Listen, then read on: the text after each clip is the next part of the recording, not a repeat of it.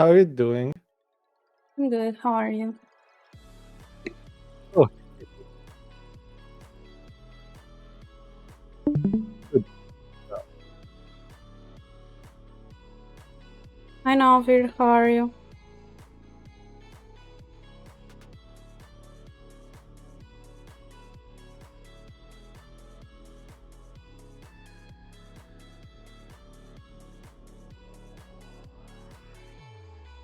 I was going to. Oh, wait. I remember what I was going to do.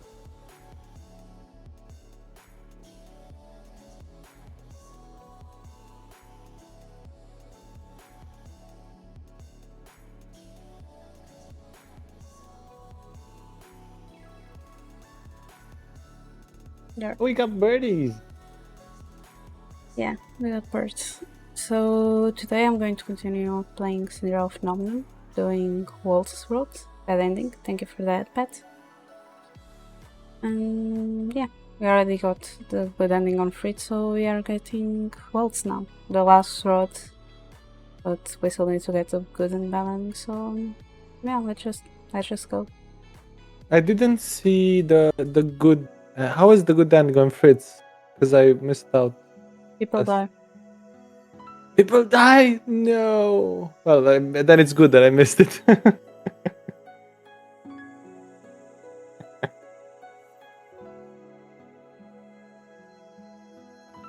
Yeah.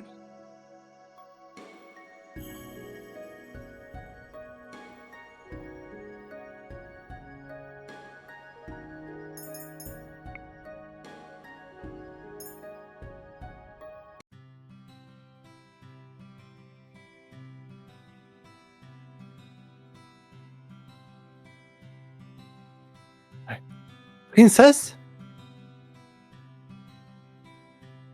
Orpheus' voice takes me by surprise. I hadn't even noticed her entering the room again. May I speak with you?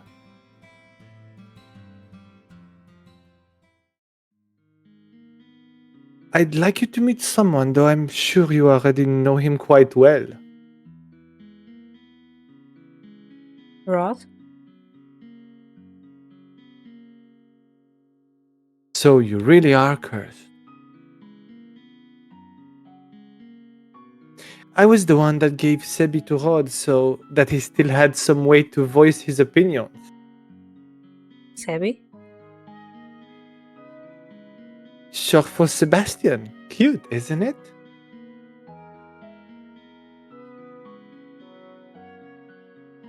Do you want to do the voice? Oh, it's nice to meet you, princess.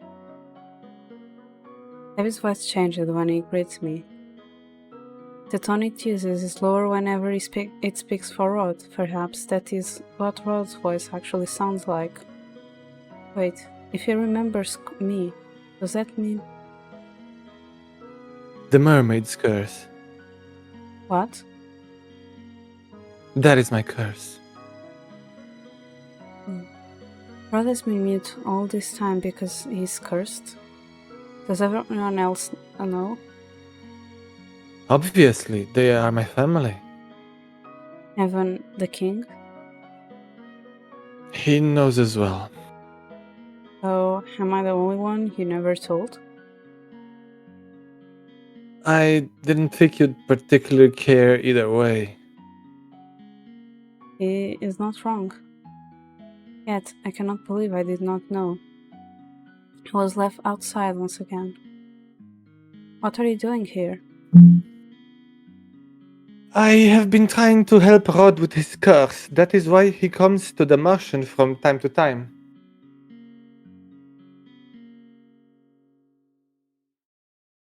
But I don't even want. Anyway, I only came here today to confirm that you were truly cursed. I wanted to see it with my own eyes. It was a big surprise when I woke up one day and you weren't in the palace. An even bigger surprise when I found out no one remembered you. It's been days since I was cursed, I wonder.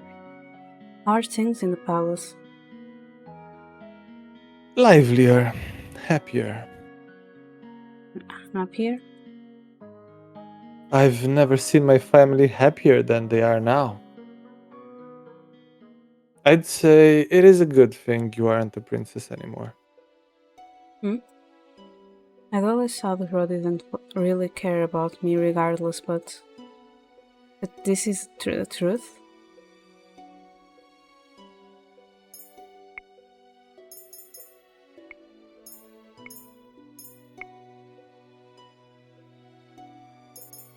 This decision doesn't really matter, so... Yeah, because we're on Waltz anyway, right? Yeah, this is for Rod. So I have to be cursed for you to open up about how you truly feel?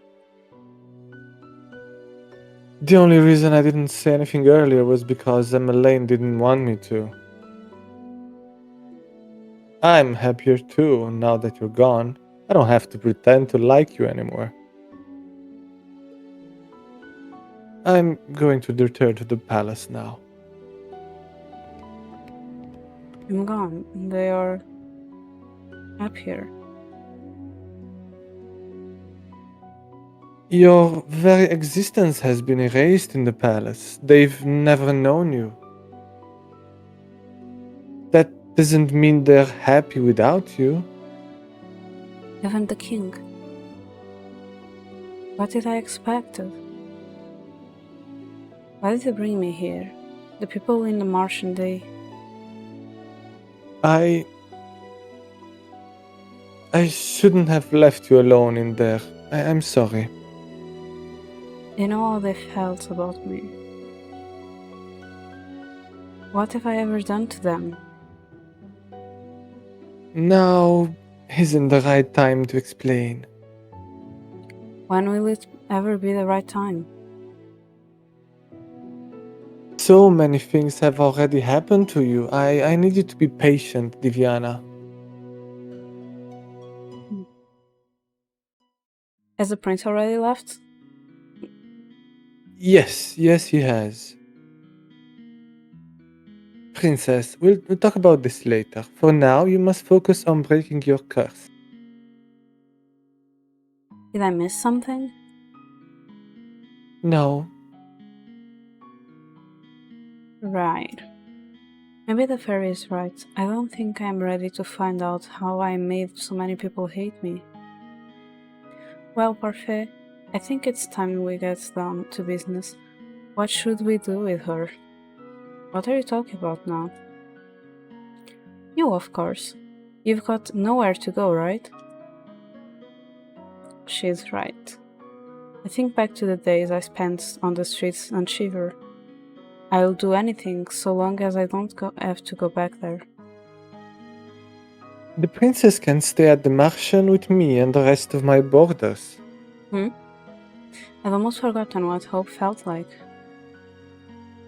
But you have to work in exchange for room. I celebrated too soon. What? Magic has its limitations, just like anything else. Money doesn't appear out of thin air, not even for a fairy. The Martian doesn't attract many customers, since only the cursed and a few others can enter.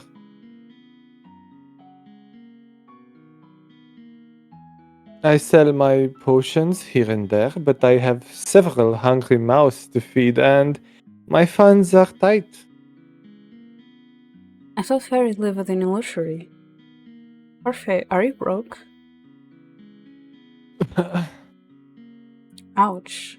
Even the Ice Princess can tell. And yet you still take people in? That's always been how Parfait operates. She's good-natured to a fault. I'm told suffocating beneath my debt will be what kills me. Why don't you just leave? I assume you make enough to take care of yourself. Leave someone who's in need of help? I could never. And that, princess, is how goodness works. How goodness works. It's not as if I accept freeloaders. Hi Alvir, how are you? Don't forget to have your dinner. I'm doing okay. How are you? All my boarders help me run the marchen and do errands. The princess has never worked a day in her life. I thought she would be useful. If karma can be useful, anyone can. I have yet to see karma be anything but useless.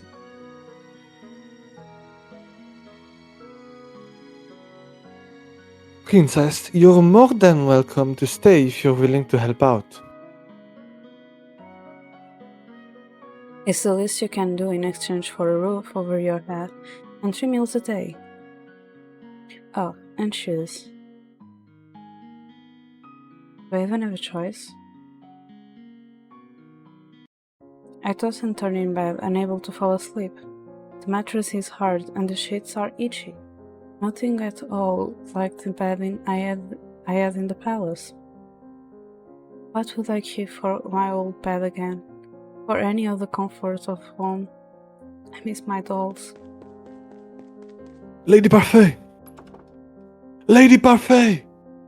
I sip up immediately. What is going on?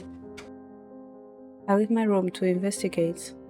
Some of the other Martian boarders, Waltz, Julian, and Garland, are sitting on the settle, settle, looking anxious. What's happening? Sorry, did we wake you up? No, but the noises Garland was making would have wakened the dead. Julian and I found an injured man while we were doing our rounds. We brought him here. An injured man? Wait, what were you doing outside? It's almost 1 in the morning. Have a good lurk now, Vir. Nothing you need to worry about. Lady Parfait and her niece are tending to the man now. These people, will they just help anyone they found on the streets? What if this man is dangerous? Do you think the witches got to him? It's possible. We'll have to find out when he wakes up. The next day, Parfait reveals that the man only suffered minor head injuries. She says that she expects him to wake soon. I look at the tray of food in my hands, and he has asked me to bring it up to the stranger's room while she finished the rest of her cooking. It's Rumple, right? Yes, I would never have been asked to do this in the palace. Goodness, what's that portrait done to you to deserve that look? I must say, that is odd to see the princess doing something nice for someone. What do you want? I have something to ask the man that was brought in last night. Seeing as you've been good enough to deliver breakfast, I thought I'd just tag along with you. If you're going, just bring this tray up to yourself. You are not in any position to delegate your duties to me, Miss Diviana. Come on, our guest must be famished. Seeing no way out, I followed Laura to the spare room the man had been put in. Come in.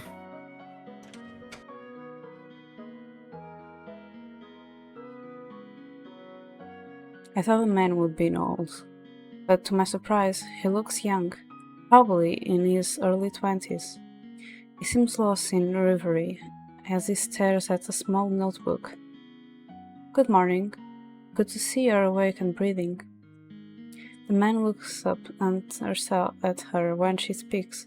The instant he sees her, his eyes widen. Why is he staring at us like that? Am I dead? What?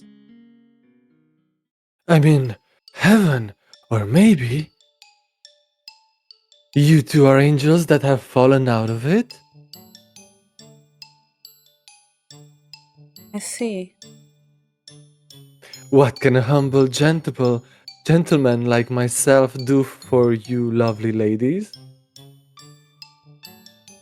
Ah, you could join me on this bed. It's very comfortable, and there's plenty of room for the both of you. I'll follow your lead on this one, princess. Princess? Ah, of course. Such a beautiful lady could only be a princess. Look at the noble way you hold up the tray.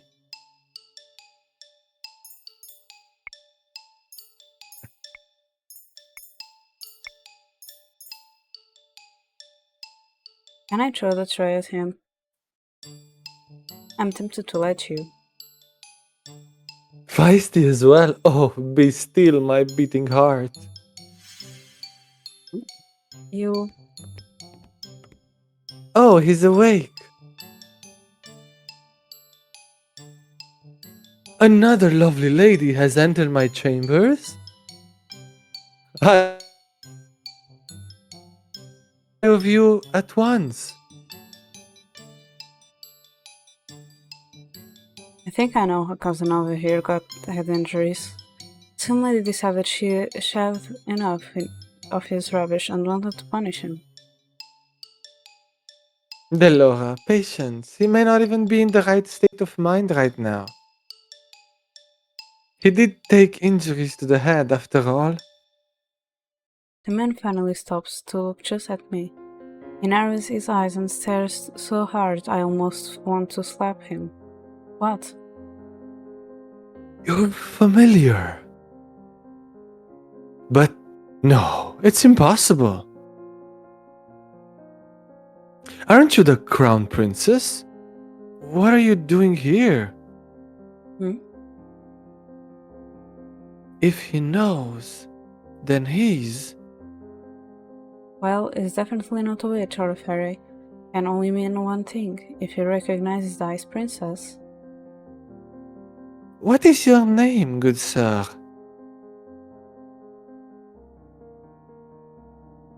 I would answer any questions you ask of me, madam, but... The man looks down at the notebook in his hand.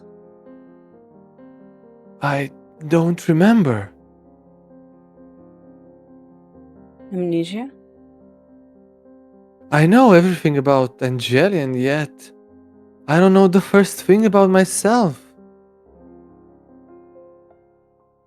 Except that I have the Rumpelstiltskin curse. Rumpelstiltskin? Is that the fairy tale? I knew it. He's got the fairy tale curse.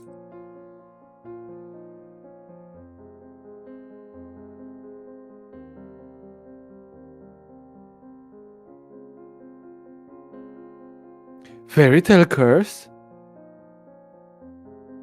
Do you remember how to break it? From what I remember, I need to somehow collect 3 memories and get them to appear in this journal as entries.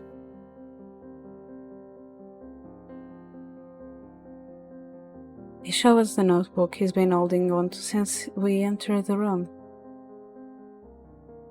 My first memories of waking up and holding this.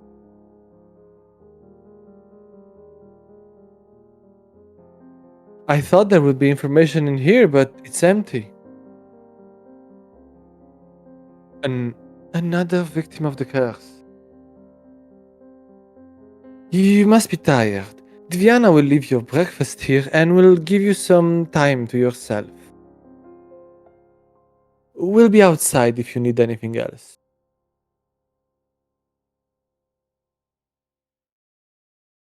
Rumpelstiltskin. What is that fairy tale about? Laura does not do a good job of hiding her laughter. She snorts and I cross my arms embarrassed. Mother burned the fairy tales in the palace before I got the chance to read all of them. Fine, I'll keep it short. Once upon a time there was a girl that was said to be able to spin straw into gold. The king found her and locked her up in a tower. He said he wouldn't let her out until she turned all the straw in the room into gold. But the girl was just a regular human girl. She knew she would never be able to turn the straw into gold, feared that she would be locked up forever. That was when an odd little man appeared before her and offered to the job for her if she gave him something in return. The girl gave him her necklace, and the man spent the rest of the night spinning the straw into gold. However, the girl wasn't released. The second night she was given more straw to spin, and the little man appeared once more. This time she gave him a ring. On the third night, the king ordered her to spin the straw one last time, and if she did, she would be released and made his queen. However, that night the girl had nothing left to give the little man, so they made an agreement. He would spin the straw into gold for her, so as long as she gave him her first child. I personally never understood why the girl would want to marry the king in the first place. Ash, I'm trying to tell a story here. Years passed, and the queen finally gave birth to her first child. That night, the hot little man returned and demanded his due, but the queen didn't want to give up her child. The man then said that he wouldn't take the child if the queen was able to guess his name in 3 days. The man's name was Rumpelstiltskin. Did she guess it? Oh yeah, the night before her time was officially up, the queen was drawn to the forest by the sound of a little voice. She saw the little man celebrating his upcoming victory, singing about how nobody ever would guess his real name, which was Rumpelstiltskin. He does not sound particularly smart. So agreed the general place. Sometimes I wonder how Hans was able to come up with such tall tales. Well, the Martian is opening soon. I expect another busy day. Especially busy for you, Deviana. You need to start coming up with good deeds.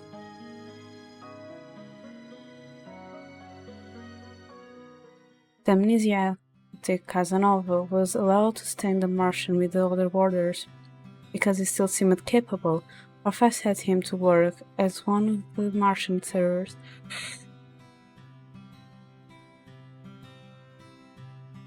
And his protests that he remained in bed fell on deaf ears. Orpheus couldn't very well throw him out, not while knowing that he had nowhere to go. While being capable of showing him such kindness, given all the nonsense his spotted does.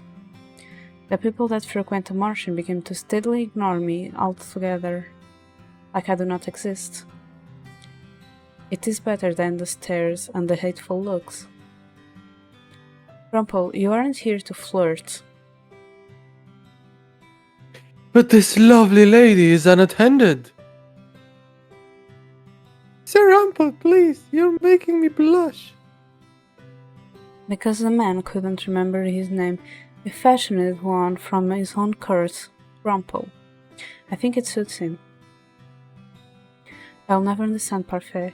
This amorous waste of space is about to as useful as karma. I've returned. Speak of the devil. Did you miss me? Karma had left abruptly yesterday, saying that he had something very important to take care of. Waltz trails in after her now, carrying several boxes in his arms. Why am I carrying these?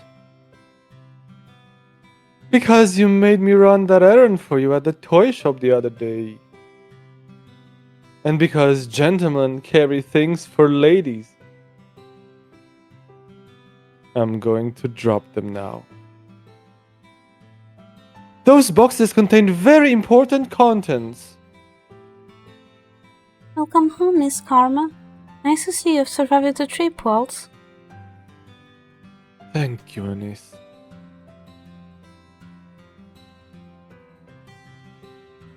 So, this is our new housemate. We have not had the opportunity to meet. I am.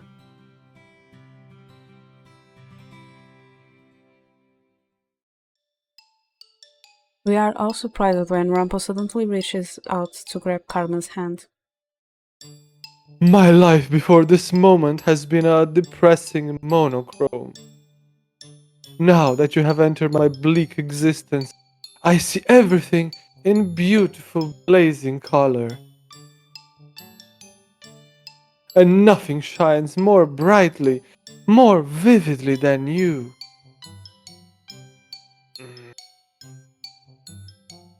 I am Rumpel, my sweet. Let us talk of marriage. I stare at Carmen, waiting for her to flirt back. At the very least, I expect her to wave Rumpel away for being a fool. She remains eerily silent. Answer, my angel, I beg of you.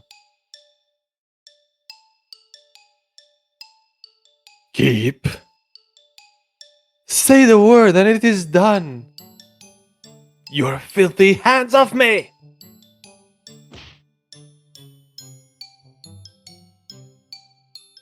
Ow!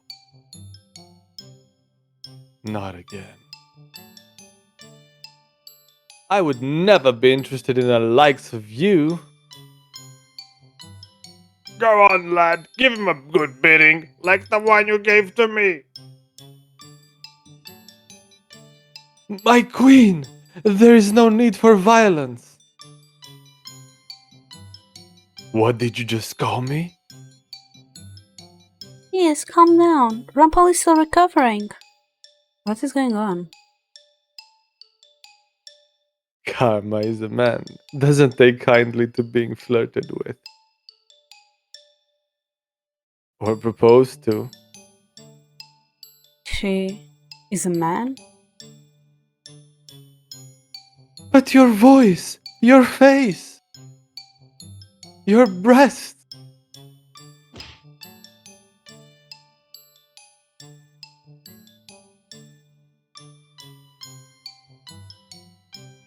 It says Rumpel. Oh. That's what you're focusing on, pervert? I worship all aspects of the female form, but my particular favorite has always been. Oh, Do yourself a favor and shut up. I never would have known. But why would he do this? don't look at me like that. I have my reasons. Is this because of your curse? Yes. I am undone. My heart is in pieces. You know him for 10 minutes. For those that can hear the music of their heart, like I, it takes only a look to fall madly, irretrievably in love. I must leave. My heart will need time to heal.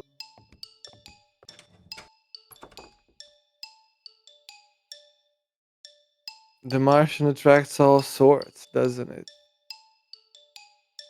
That one is entirely Parfait's fault. Alright, nothing to see here, back to work. I am still in shock from what I learned earlier. Carmel, a man? It is not fair that he is so beautiful as a woman. If the female population of Angel knew the truth, Carmel would be hunted down for making the rest of us pale in comparison. Anis, being good, I suppose, prepared a special lunch to welcome the newest Martian boarders. We have all been invited to the private dining room. Excuse me, is Lady Parfait here? Prince Rod! Perfect timing! Please join us for lunch! I only came to talk to you, Lady Parfait. But I'm hungry and I've no wish to make you wait while I eat. Come, Join us. Please, Your Highness. I've made too much, as usual. You must help us finish. Very well. A cursed princess and a cursed prince. What an eccentric collection of friends you have, Lady Parfait. I wouldn't say they were eccentric, necessarily. You're the most eccentric one here, Rumpel. Really now? I sit silently in my chair. I am uncomfortable around so many people. Even when mother was alive, I had all my meals alone, since my parents were always too busy to sit down for meals with me. The meals with Ophelia and their children were also always awkward and silent. Somehow the atmosphere here is lively and friendly, even though I barely know anyone here. Is something wrong? Excuse me? You've barely touched your food. Don't you like it? Dolores said this was one of your favorites. I'm just not used to eating with company, that's all. They say that sharing a meal brings the family closer together.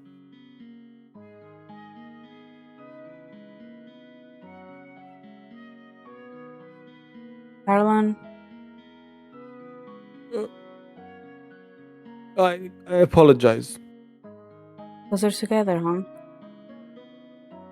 So, have you made any progress on how to do those good deeds, Princess? There is no way I am admitting that too. I do not even know how to complete one. Oh, I forgot you are not so good at doing good front. You are not very helpful. Why don't you ask someone to teach you how to do good? What?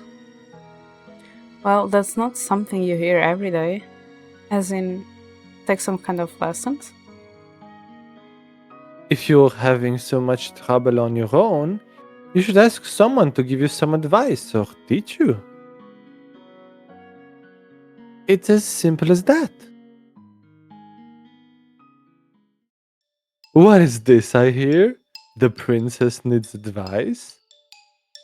Well then, she is in luck. I happen to give the most excellent advice, and believe me when I say I can teach almost anything. The princess is indeed lucky, as I am available for teaching duties. No doubt I'd be the better choice as I don't go about deceiving the world. Excuse me.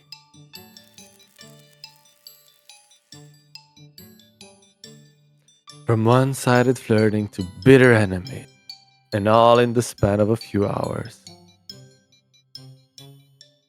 The man broke my heart! Anyway, I'd also be happy to help you in any way I can, princess. And I'm sure your stepbrother would be happy to help as well.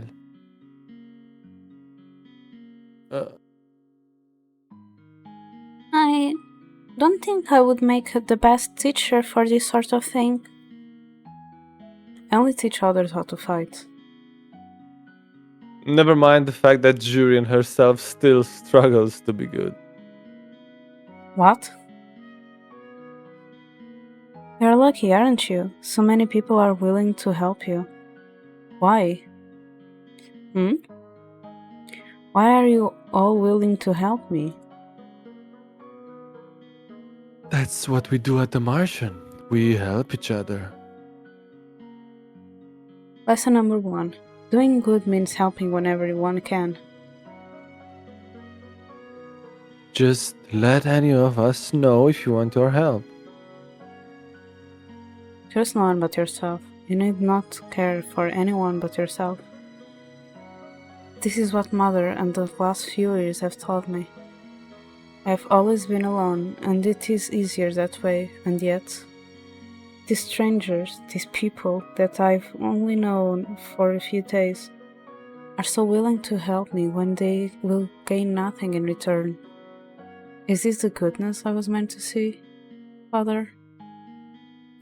How can I even begin to trust and care for others when I have forgotten how to do so? Slowly beginning to understand what I must do.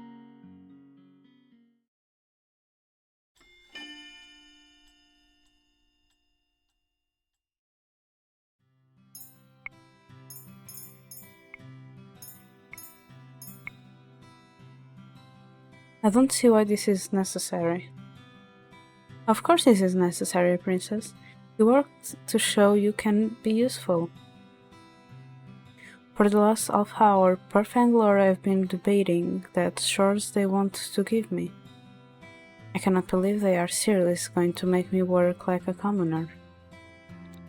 No freeloaders at the margin, remember?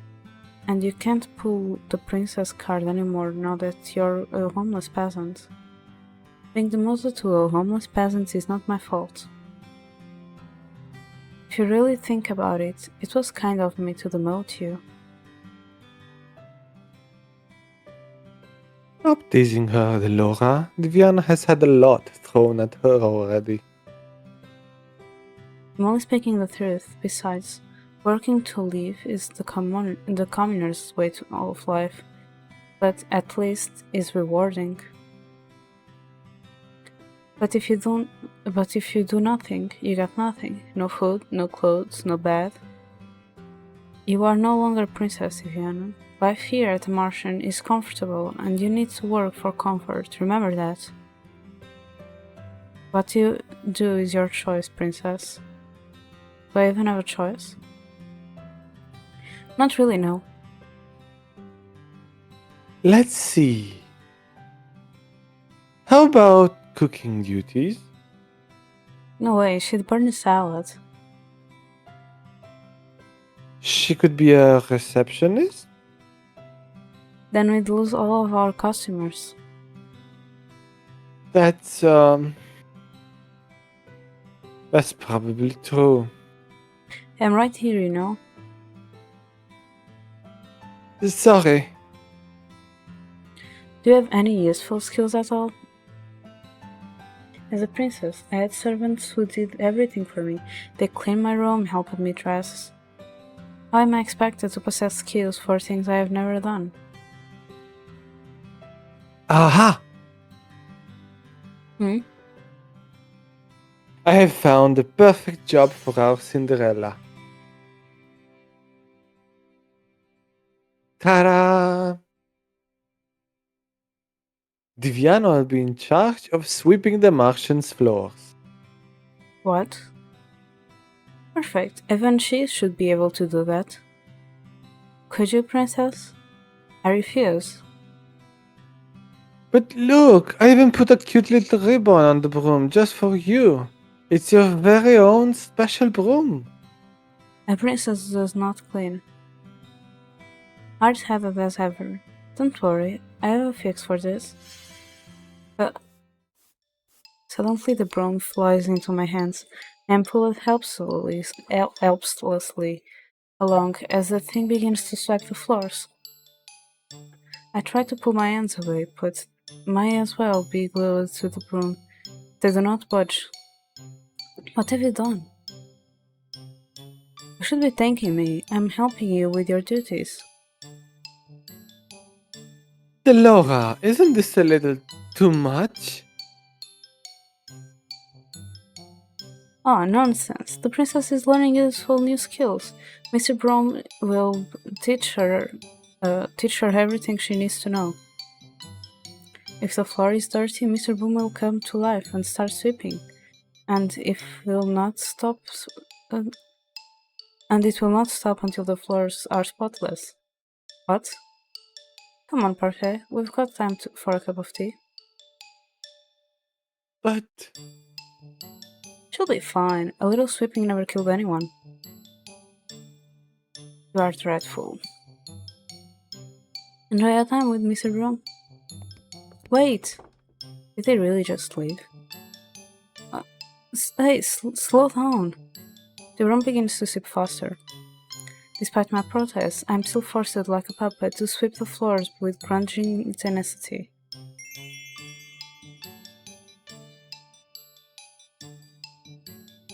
Can catch my breath after that.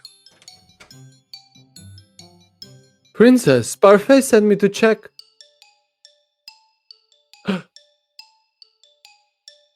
How lovely! It's so clean I can see my reflection on the floorboards. I'm impressed. Oops. Do not even think about stepping into this room with your dirty shoes. Goodness, I didn't know princesses could be such terrifying creatures. You are aware that the Martian is opening soon, yes? The floor isn't going to stay clean forever. Then do not open the Martian.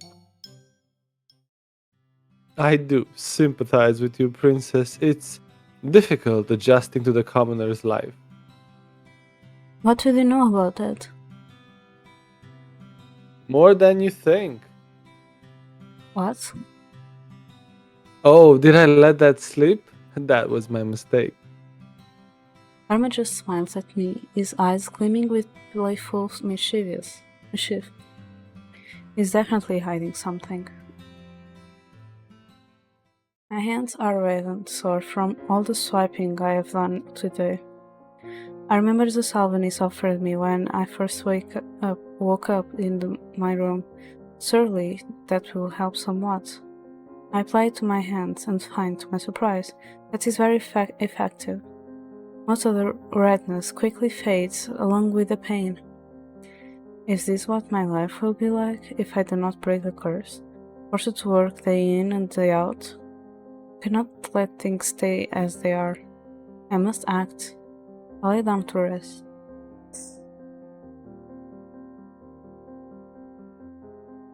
Tiredness falls upon me like a heavy, suffocated blanket. I close my eyes and feel myself shift into the darkness of sleep. Despite having slept for hours, I am still tired when I wake. I glance back at my hands and remember the salve's effectiveness. Whatever Nice gave me really works. I should ask her to make me more. I feel like this is not the last time I will need it. I must act quickly. The sooner I break the curse, the better.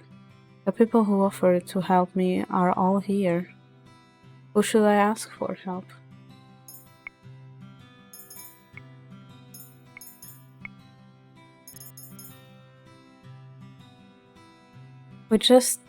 He was just here earlier. Maybe he went back inside.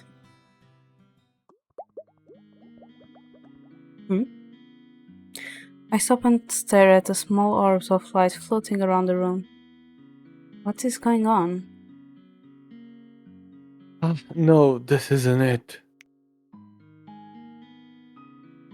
I watch in way as Waltz snaps his fingers and all the orbs disappear with a pop.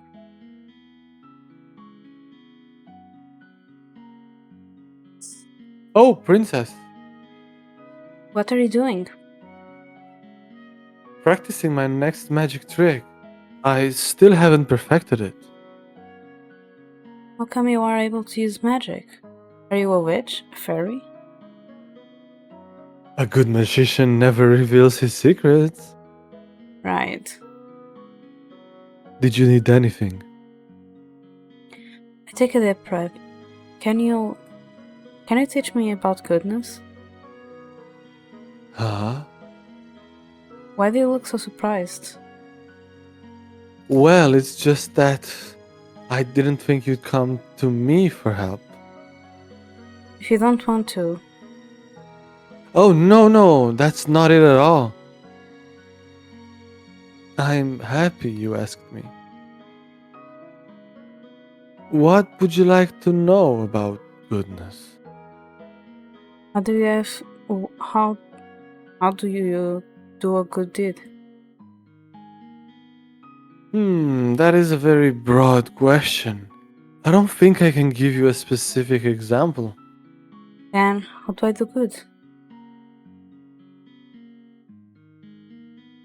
The easiest way to do good is to make someone happy. So, a good deed would involve making someone happy? How do I do that? I stare in horror at the floor. Gravel and sand are embedded between the floorboards. The wood beneath my feet is covered in a thick muck.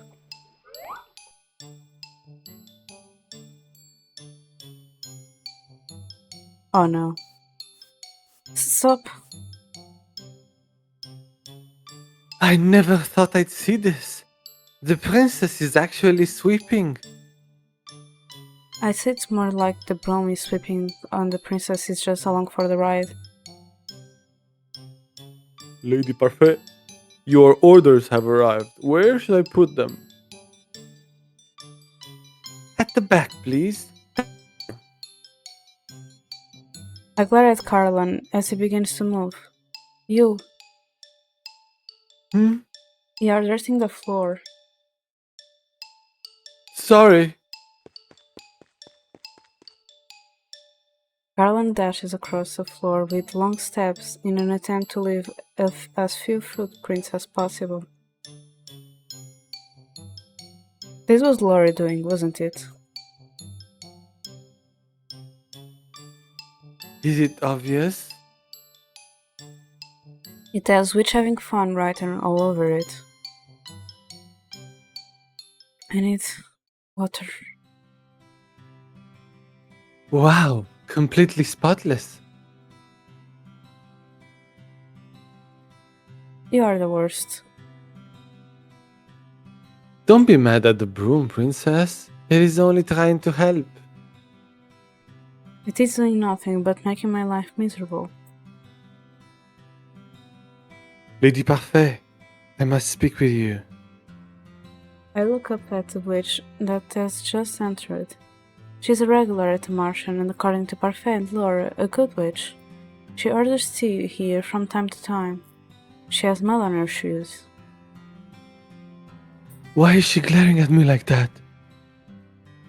I believe it's because of your shoes, dear. Oh, it's not me, sorry. Sorry. I believe it's because of your shoes, dear. I have just cleaned the floor. Oh, I'm sorry. I will clean up after myself right away. Good. The princess is something else. I've never seen a witch so frightened of someone before. Yeah.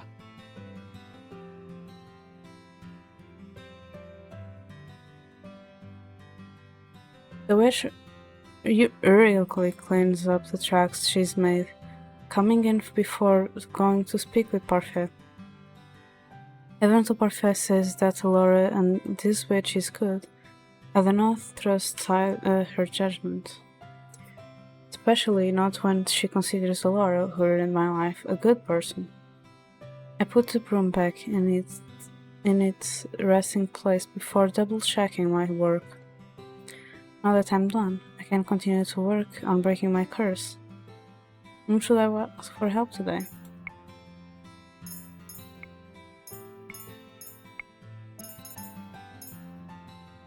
I found Waltz sitting in the corner of the tavern reading a book.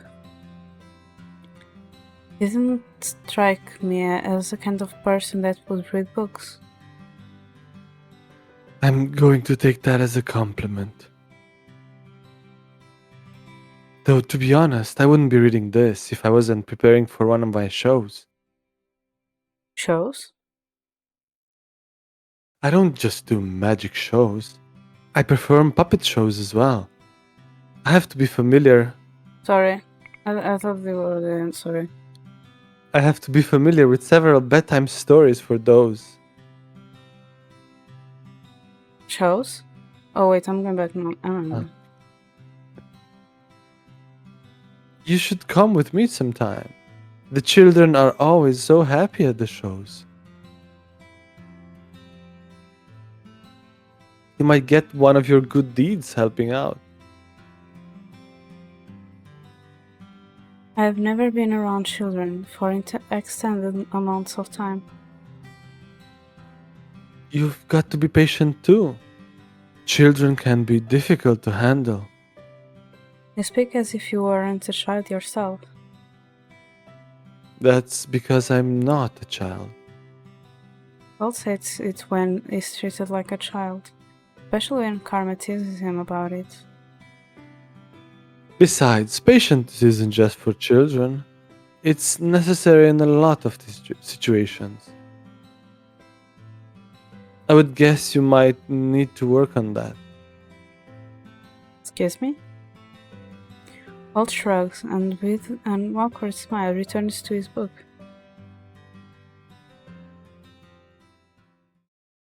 A month has passed and I have yet to complete even one good deed.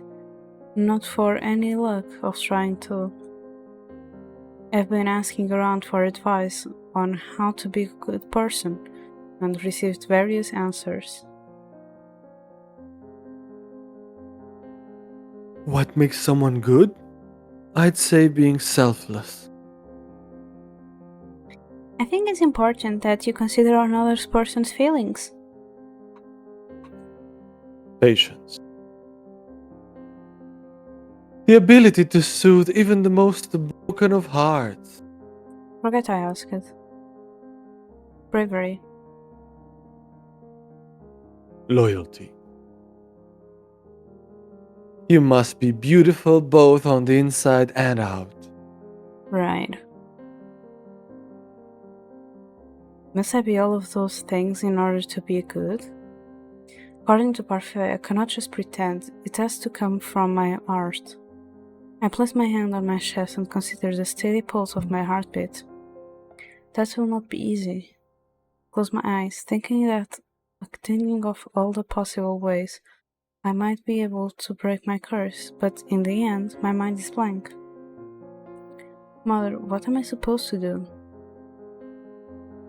A dream? Your personal feelings are nothing but a weakness for others to exploit. That is why you do not show them. You only show them that you are strong. Yes, Mother. You must not let false kindness deceive you. People will use niceties to trick you into exploiting your weak emotions. But you can trust me, Diviana. I will never hurt you. I will never lie to you. I am all you need. I love you, Diviana. I love you too, Mother.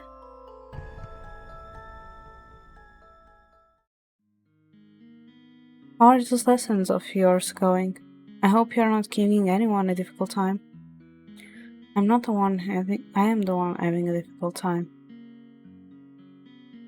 Have you tried pairing up with someone? Pairing up. Some of the people in the tavern pair up to assist each other. Two heads are better than one, as they say. It's not a bad idea, but the problem is with her. Who's going to volunteer to pair up with the Ice Princess? She has a point. People may not glare at me anymore, but it does not escape me that I'm still disliked. Most of the boarders at the Martian volunteered to help her, remember? And I haven't heard any of them retract their offers. It's only a matter of time. Stop it, Delora. It's your choice, Princess. Pairing up is only a suggestion. Would pairing up with someone really help me break my curse? What if they end up being an annoyance instead? Princess? Excuse me, Princess?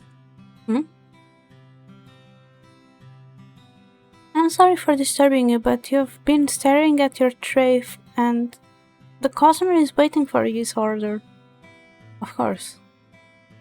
Laura as me helping a niece today. The Martian is unexpectedly busy, and they cannot keep up with all the customers. Stop daydreaming, Diviana. Food doesn't deliver itself. I do not need you to tell me that.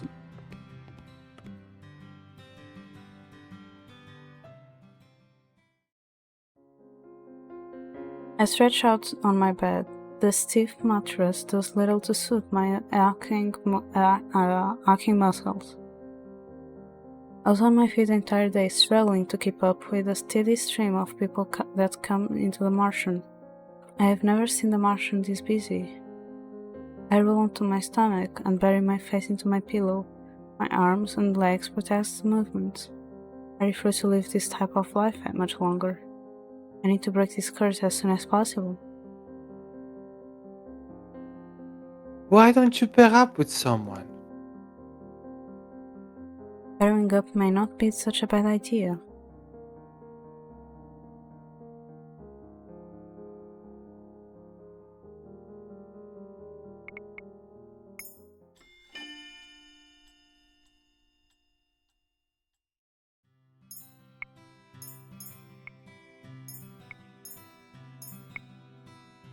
I decide that I cannot waste any more time. The next day, I search for a Waltz as soon as the prom stops dragging me around.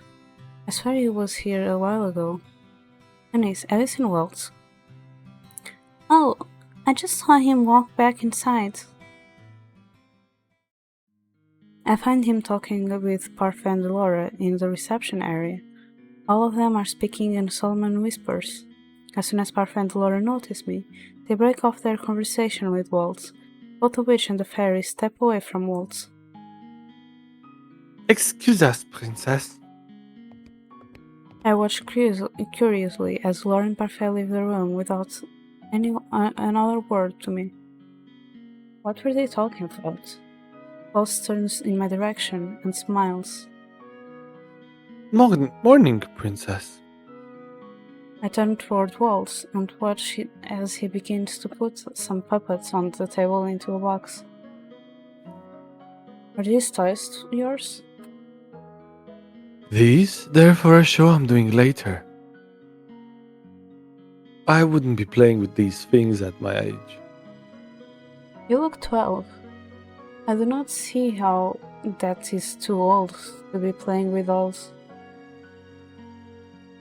I told you before, didn't I? I have the Neverland curse. He never explained what his curse was. I'm actually older than you are. I find that hard to believe.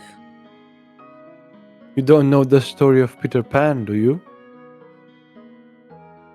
It is not my fault that Mother had all the fairy tales removed from the palace. When I do not answer, Waltz only sighs and gives me a small smile. I'll assume that's a yes. Peter Pan is a boy who lives in Neverland. It's a place where no one ever grows up. I'm stuck in a child's body as a result of my curse. I won't revert to my real form until my curse is broken. Then how old are you really? I'm 22 this year. What? I can only stare in shock at Walt's childish appearance. It is hard to believe that he is actually older than I am. I've never liked being treated as a child. That's never changed. Even when I was a child, I didn't like it. But let me assure you that it is much more annoying being treated like a child by someone who's younger than you. Waltz straightens with the box in his arms. Now, if my princess will excuse me. He turns to leave. Where are you going? I have a show to do today. Waltz does so many puppet and magic shows. How will he help me break my curse if he is never around? I'll go with you. What? I may accomplish a good deal if I come to one of your shows. That's true, but Waltz sides. I'm not sure it's a good idea. There are bad witches out there. Oh, there is an evil witch right here in the Martian, but no one is protecting me from her. Are you talking about the Laura? Who else would I be referring to? Waltz stares at me for a long moment, eyes thoughtful. He sets the box down on the table again. Don't go anywhere. I'll ask Lady Parfait first. He leaves the room. I lean over the box on the table and see a pile of careful, detailed puppets. Everything looks unmade. I used it to sew my own puppets before mothers found out and forbade me from making them. She told me that sewing was not something a crown princess should do. Interested? Waltz's footsteps are so soft that I do not even notice that he has returned to the room until I see him standing before me. I step away from the box. How does he move so quickly? Quietly. Permission granted. Come on. The show starts in an hour.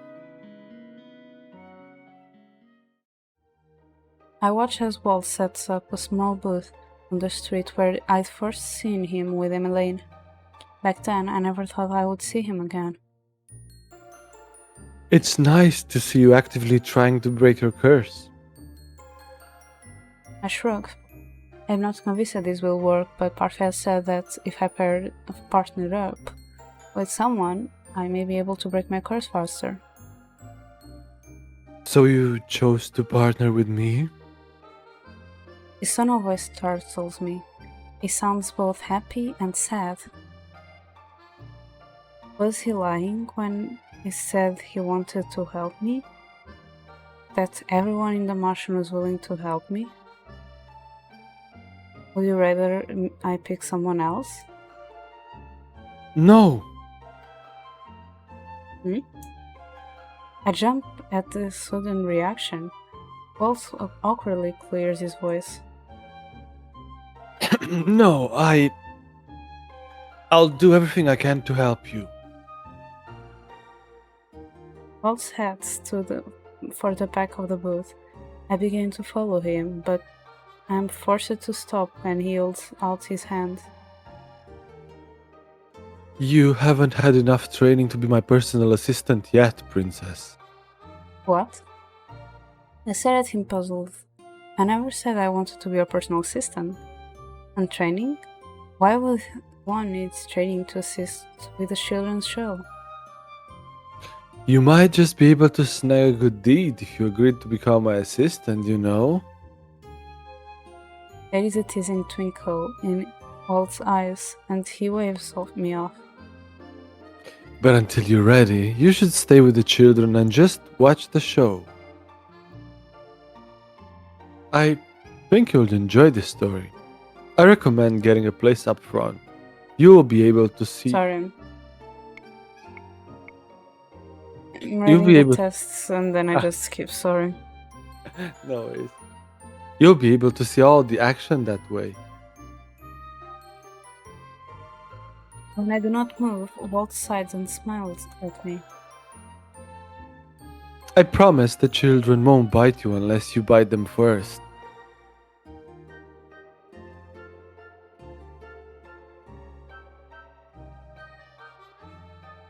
Fine.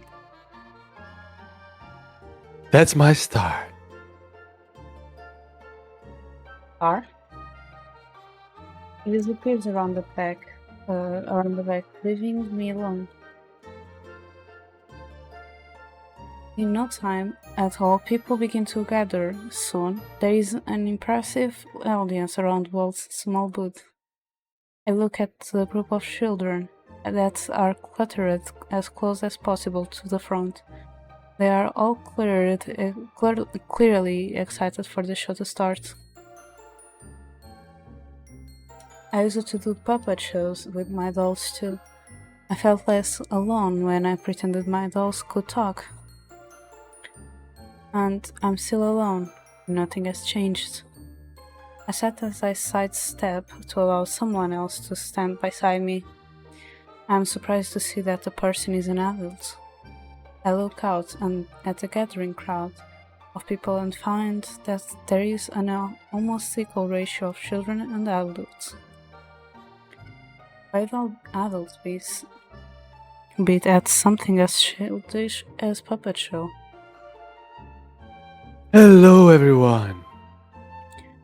An excited silence falls over the area as Waltz's voice rises above the crowd. I, Waltz, am here once again to share another story with you. I hope you enjoy the show. Once upon a time, there was a village whose people were always happy. But one day, an evil witch found the village. The evil witch carried darkness deep in her heart. She was jealous of the townsfolk who were filled with so much light and happiness. If I cannot be happy, the evil witch said, then no one can be happy. Hi Kobe, how are you? Did you already finish streaming? Are you going to have dinner? Don't forget to eat.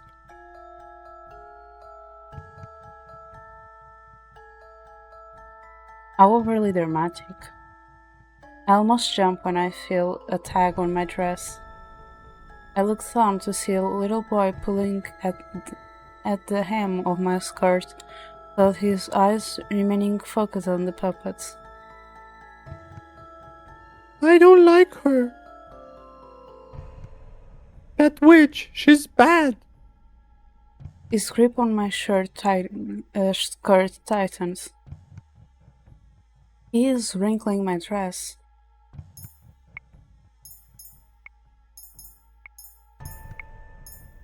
This is really rude, so just leave him alone. It's fine. I think.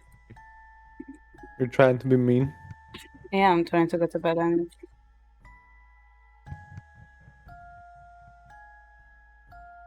he moves.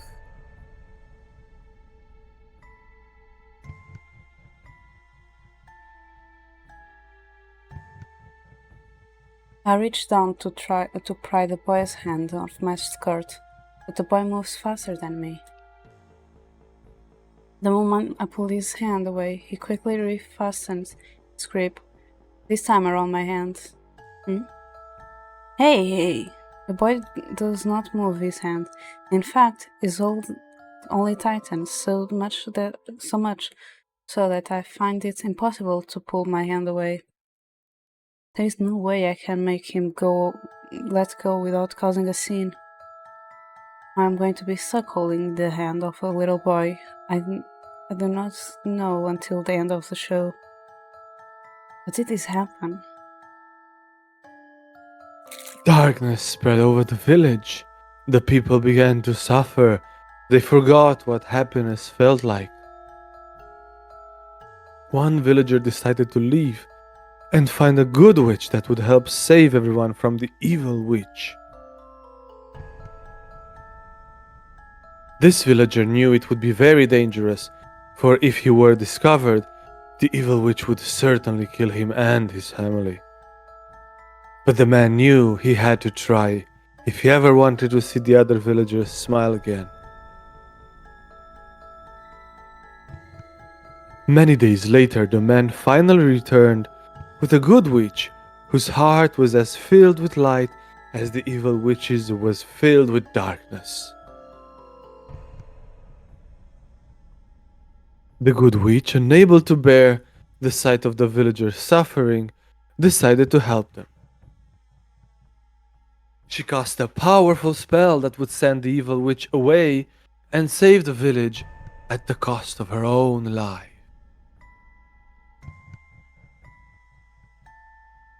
Once the spell was cast, the darkness disappeared from the village. To this day, the people of the village are said to carry the good witch's light within them, and everyone lived happily ever after. Aren't all witches evil? That's simply not true. I've met a good witch, one with a heart more light and loving than any fairies. More of the children began to ask questions. I sat, unable to do anything except wait while Waltz is bombarded with questions. Thank you! The boy that took my hand gives it one last squeeze before running off to join his friends. What did he thank me for? Once the audience finally leaves, Waltz comes out from being the boat, and smiles at me. The show was a success. Princess? There was a boy. He thanked me even though I did nothing for him. The little boy who was with you? Oh, but you did do something. You held his hand. I did not want to. I realized that when I saw the annoyed look on your face. It would have been good of you to do it if you'd meant to calm him down. What? That boy was really frightened by the evil witch in the show. Oh, come on. He thanked you because you held his hand and stayed with him when he was scared. It was the good choice. Yes.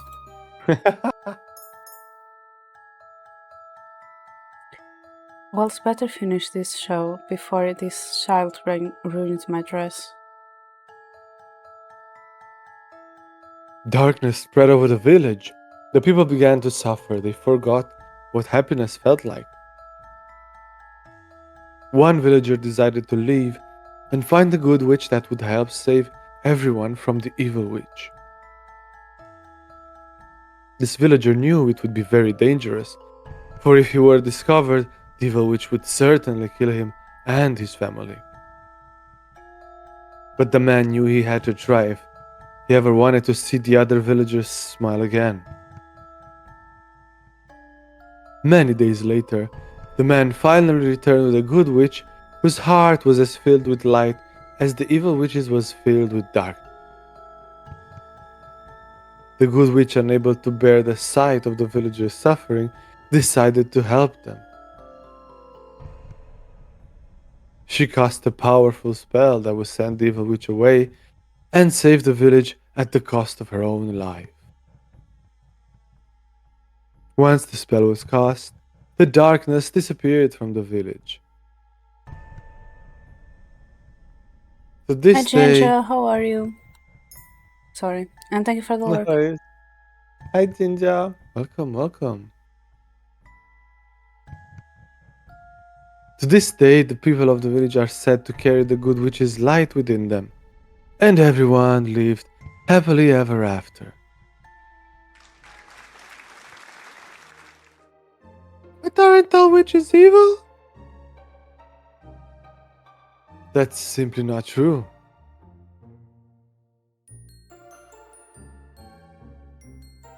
I've met a good witch, one with a heart more light and loving than any fairies.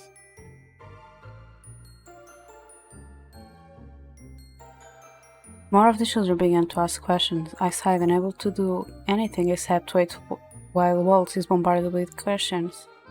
Once the audience finally leaves, Waltz comes out from behind the booth and smiles at me. The show was a success. I suppose so. You looked real annoyed when that little boy grabbed your dress. That's because I was. You should have taken his hand. Why? He looked frightened. I'm sure he would have appreciated some comfort. What? Sometimes just having someone beside you when you're afraid is enough. Having someone beside you? I think back all the times I felt scared. Mother always told me to hide my fear and never cry because it made me appear weak. I could never ask for help, and the king was never there for me. Every time I was afraid, I was always alone. I shake off the memories and realize what Waltz is asking me a question. What did you think of the show? It was short and simple. That's it? I created that entire show, you know. Story, characters, everything. It could have been better. You wound me. I have nothing more to say at all, and Waltz seems disheartened by my silence. You always complimented my stories, even when they were silly. Waltz telling me stories? I do not recall such a thing. He makes it sound as if we've known each other for a long time. Before I can ask him for clarification, he changes the topic. Do you mind accompanying me to the toy shop before we head back? Do I have a choice? Walt's lips quirk with a smile as he picks up his materials.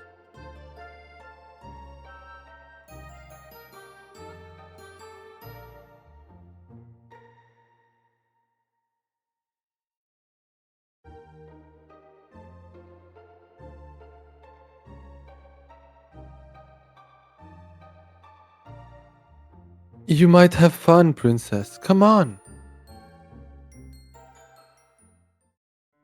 This is the shop I went to before I was cursed. Feel free to look around, princess. I won't be long. I noticed him before walking over to the doll display. The dolls here are actually beautiful, but with the gold I have left, I wouldn't be able to afford even one. I miss my dolls. You want to do the girl's voice? Papa, I want that one. The sound of a little girl's voice draws my attention. I look around the store before spotting a little girl pointing at a big teddy bear. She looks expectantly at a man beside her. That must be her father. The man shakes his head, his eyes filled with regret. We can't afford that one, dear. Could you choose something else? The girl looks like she is on the verge of bawling. I back away, fearing that the child might throw a tantrum. Instead, she rubs her eyes before looking up at her father with a slow smile. I understand. The man smiles and pats her head. Thank you for understanding, sweetheart. You're being so grown up. I only need you and Mama to be happy. I love you, Papa. I love you too. The king has never once told me that he loved me. He must be better off without me. Do I even belong in the palace anymore? But look! The king! The moment I hear her say this title, I quickly rush from the toy shop. Hail the king!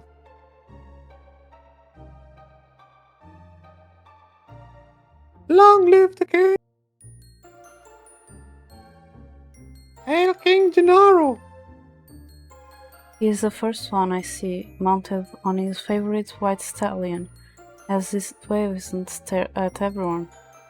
I spot Ophelia rode a name lane with him, mimicking his motions.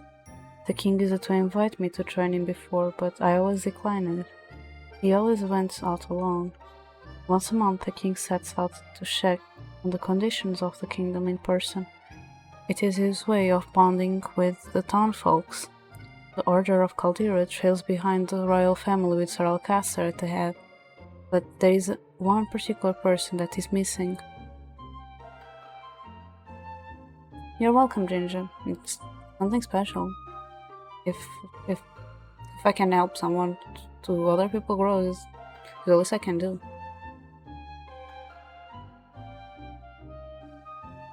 It's okay, it's okay. Good, have a good job doing the video editing and have a nice slurp. It is strange that Fritz isn't here. The parade is an impressive sight, the crowds lining the streets becoming denser with each passing second. I weave around the mass of people in an attempt to get closer to the king. Thank you, everyone.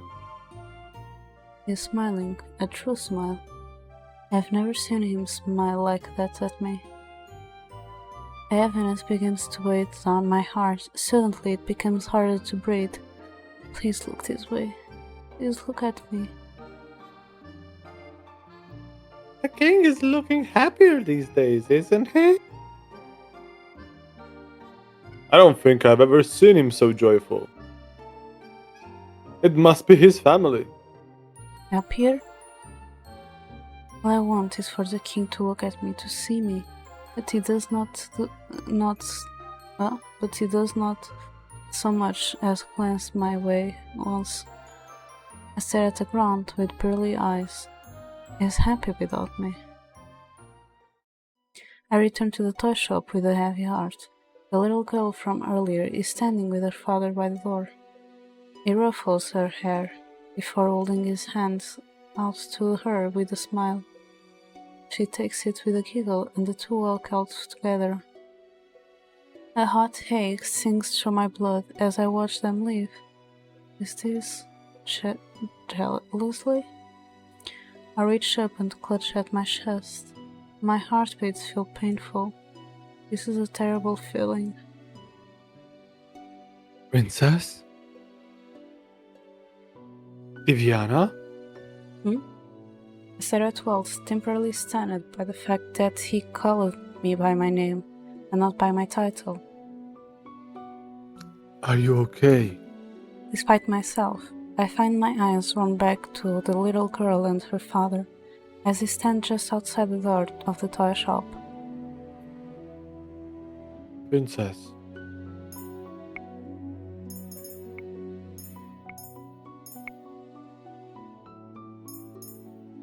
I'm fine. You don't look fine to me at all.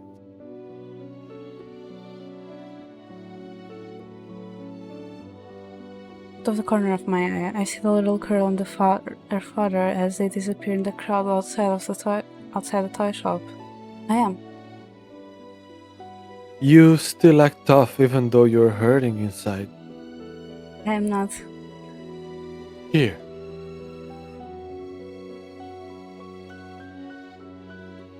What is this for? In case you suddenly feel like crying. I am not going to cry. I'm not that weak. Waltz frowns when I do not take the handkerchief from him. He puts it back into his pocket with a shake of his head. One! What's going on? I'm picking all the right choices. Oh, it was the right choice. Okay, give me a second. I need to grab some water. Okay.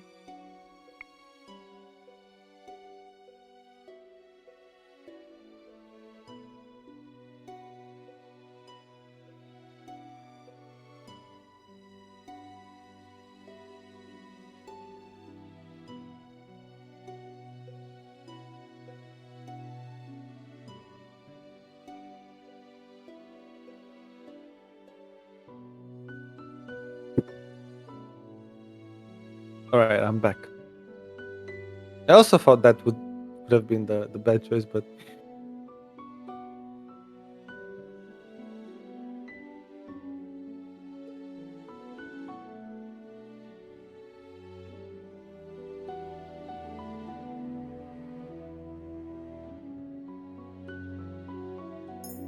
I'm not okay.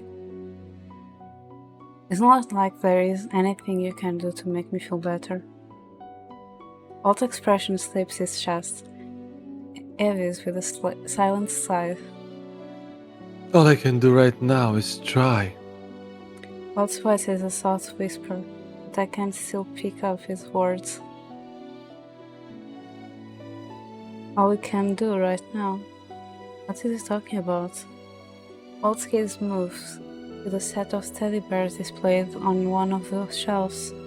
He is quiet for a few moments before he speaks. There's Choco on the shelves. He's affected by the curse. What? The king. He can't remember you because of the curse. That doesn't mean he'd never cared about you. That's the reason you look so down, right? I was looking outside. I saw the way you looked at him. Doesn't he know that it's rude to stare? Oh, and how did I look? Hurt. I turn away before Waltz can see the frustration on my face. He loves you, you know, more than you'll ever know. And how would you know that? You don't even know him at all. Everyone has their own ways of expressing their love. I'm sure he has his own ways. By not being there when I needed him? He has never acted like a father to me.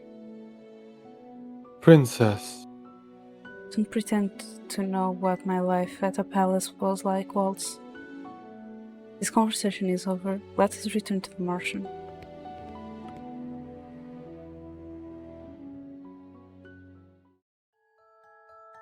Look at what I drew. Diviana, you know you're not meant to be in here. But I drew this picture of us. See? That is Mother and me. And you are holding Mother's hand. Go play somewhere else, Diviana. I'm busy. But you're always busy, Father. I just want to... Go to your mother. I'm sure she's looking for... Okay. I'm vaguely aware of the moonlight in my room when I sit up in my bed, heart beating painful fast. What was I dreaming about? It felt like I was dreaming about the king, but why now? 2 days have already passed since I saw him. I fell back onto the bed. I closed my eyes and once again attempt sleep, but it over stubbornly out of my reach. What was that?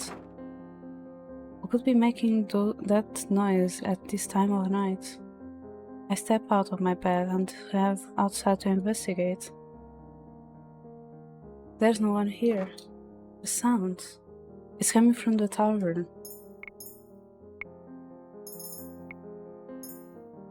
I want to check, but I feel like if this is the right answer again, I swear to God.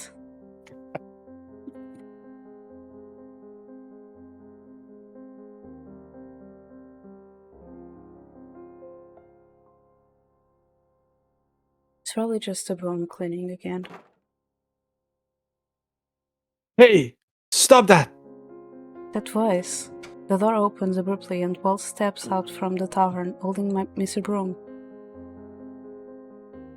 I will have to leave you here. Waltz? He looks up in surprise. Mr. Broom sees the opportunity and quickly breaks away from Waltz's grasp. It hops past, then cowers behind me, as if I might be able to save it from something. What were you doing? I couldn't sleep, so I came here to work on my puppets. Then I accidentally stepped on the broom and it, well, scampered off. I turned to take Mr. Broom and walk past Waltz into the tavern. I leaned Mr. Broom against the wall and in its designated spot before turning to Waltz, who was followed me into the tavern. I apologize for waking you up. You should go back to sleep. I would not be here if I could sleep. I may as well stay for a while. If that's what you want. Waltz turns back to his puppets on the table. He leans down over the puppets, checking their seams. Since you're here, I think you can help me. Help you?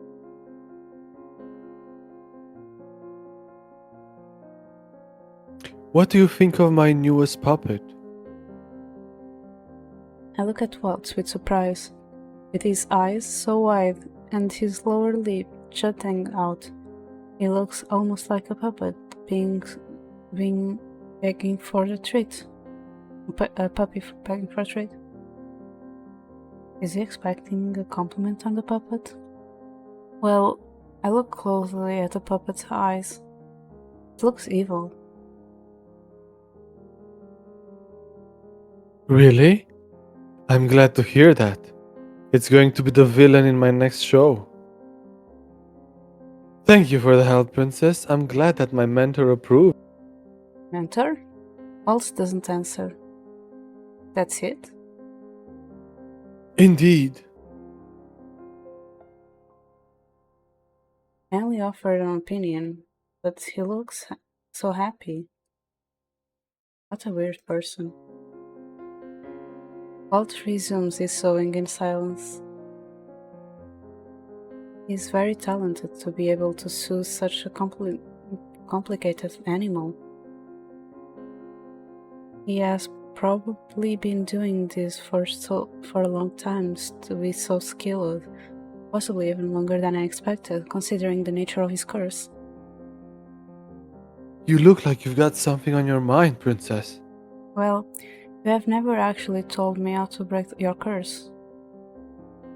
I guess I haven't. Walt clears his throat as he goes back to sewing. I need to find Tinkerbell and Neverland. Oh, right, you don't know the story. Mother burned all the fairy tale books in the palace before I could read most of them, and nobody would tell me any of the stories. Mother always forbid me from talking about them. Peter Pan is the story of a boy who never grows up. He's accompanied by a fairy friend named Tinkerbell, and the two of them live together in Neverland. In my case, Tinkerbell is a key that can open Neverland. Neverland is a box, a family heirloom. My shadow is being kept in Neverland. That shadow is my magic. Once I get it back, my curse will break. Magic? I'm a witch, princess. He says it nonchalantly, like stating what his job is. He and Laura are the same? I have seen Waltz conjure flowers from thin air before, but I never associate that with the type of magic that witch do. You're a witch. A cursed witch. How is that possible? Only the Tenebrarum bearer has the ability to curse another witch. It's why I can only do simple magic nowadays.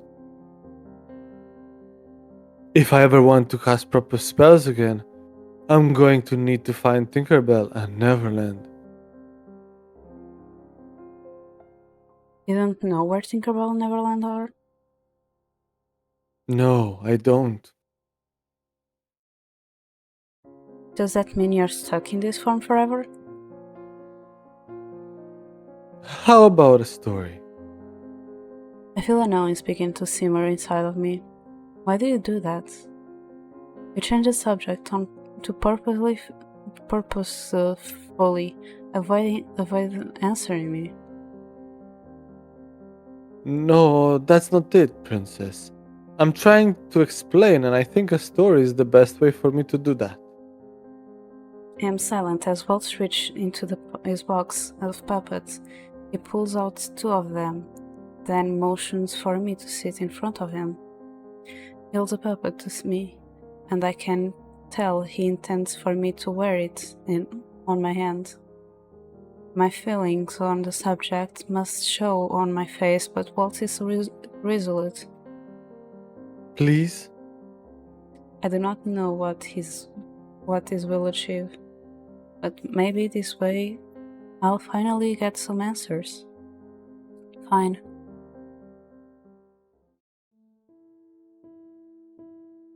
Waltz takes a deep breath.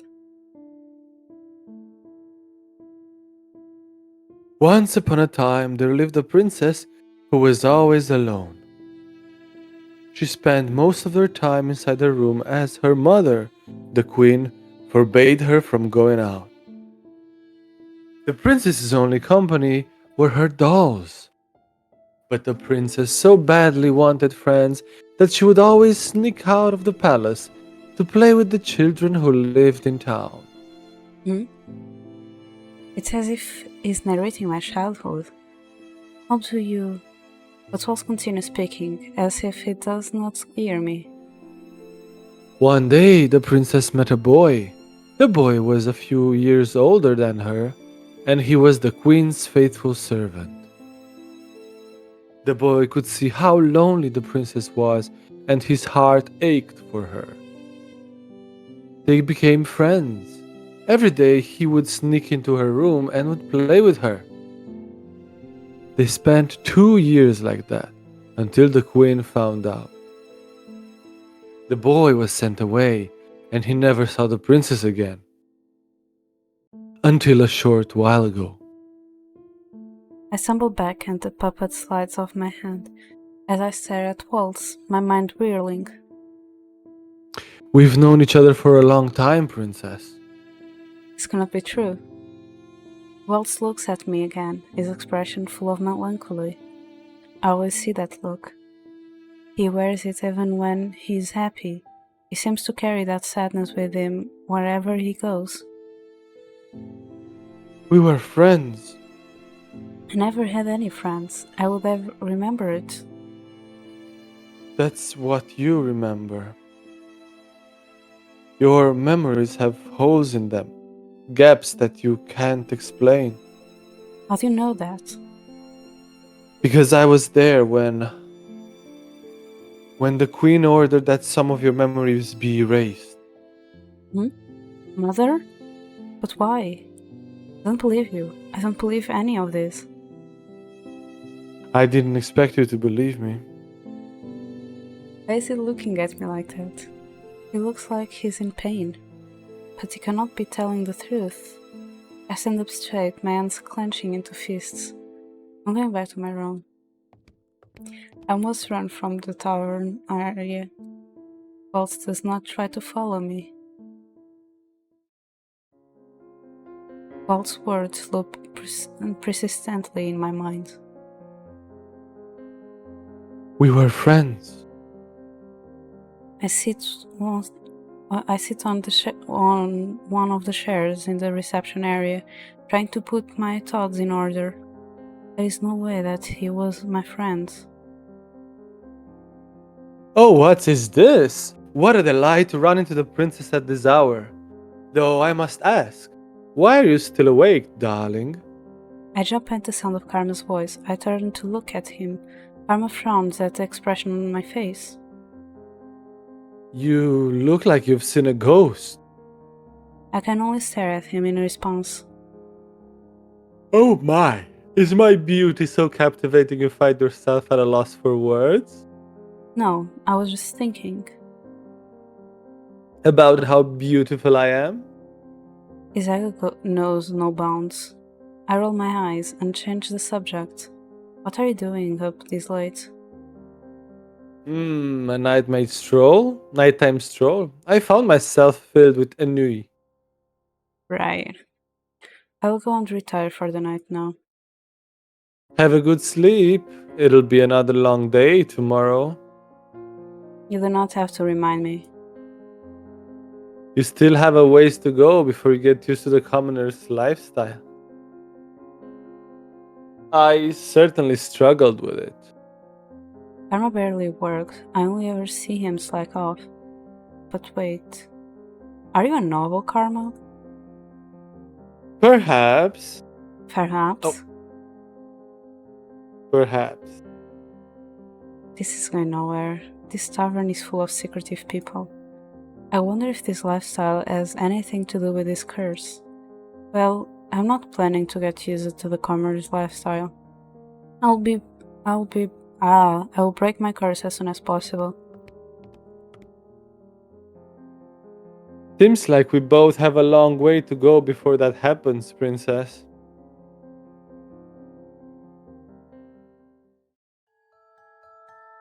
We don't want to play with you anymore.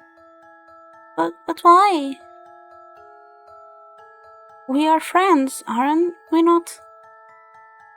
Friends? Who said that? You did. We were friends until you stopped sharing your toys. But that is because you still haven't. What? You haven't returned the toys I gave you. Return them? You gave them to us. No, I did not.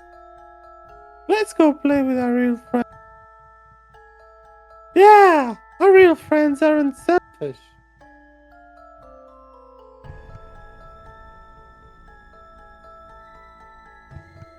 I warned you, dearest one. Didn't I tell you? People will only hurt you in the end. That's why I forbade you from playing with those children. I only ever want what's best for you. I'm sorry, Mother. I'm so sorry. Hush now, dearest one. Mother won't let anyone hurt you anymore.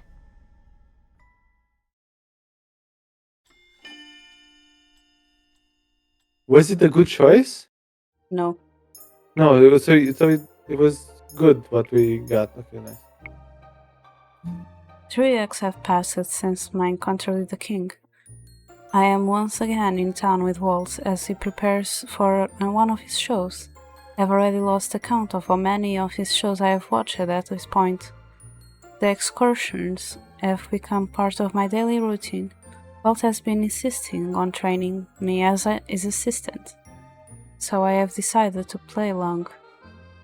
Even now, I am helping his construct his build, but he refused to let me carry anything too heavy. I have experienced so many new things these past few months, things I've always wanted to experience but had never told anyone about. Somehow Waltz knew about all of them. Even when he told me that we were childhood friends and insisted that my memories of him had been erased, I didn't believe him.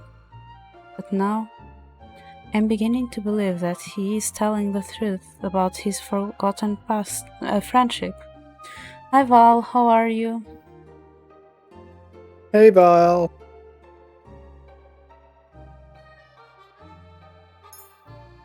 Walt smiles at me from where he is assembling the front of the booth. You used to dream about getting out of the palace to see Angel. And now you're here. You can't imagine how happy I am that I can finally fulfill all of the promises I made to you. I still have reservations about believing your story, but Waltz, even if you did know me a long time ago, I'm not the same. I unpinned the small curtains of the booth, my head dipped so that I do not have to look him in the eyes. I'm not a child easy to know. I know that. But I also believe that the girl that I knew all those years ago, the one who was always so happy over the smallest things, that kind, sincere girl, she's still you. How can that be when I don't think I've ever truly known that happiness feels like? After Walt hangs the curtains, the booth is complete. I expect him to step out from the side as he always does, but he sets his palms down on the table and looks at me. When I saw you again that day, I was so happy. I thought fate had brought you back to me. Walt's voice is very soft when he speaks.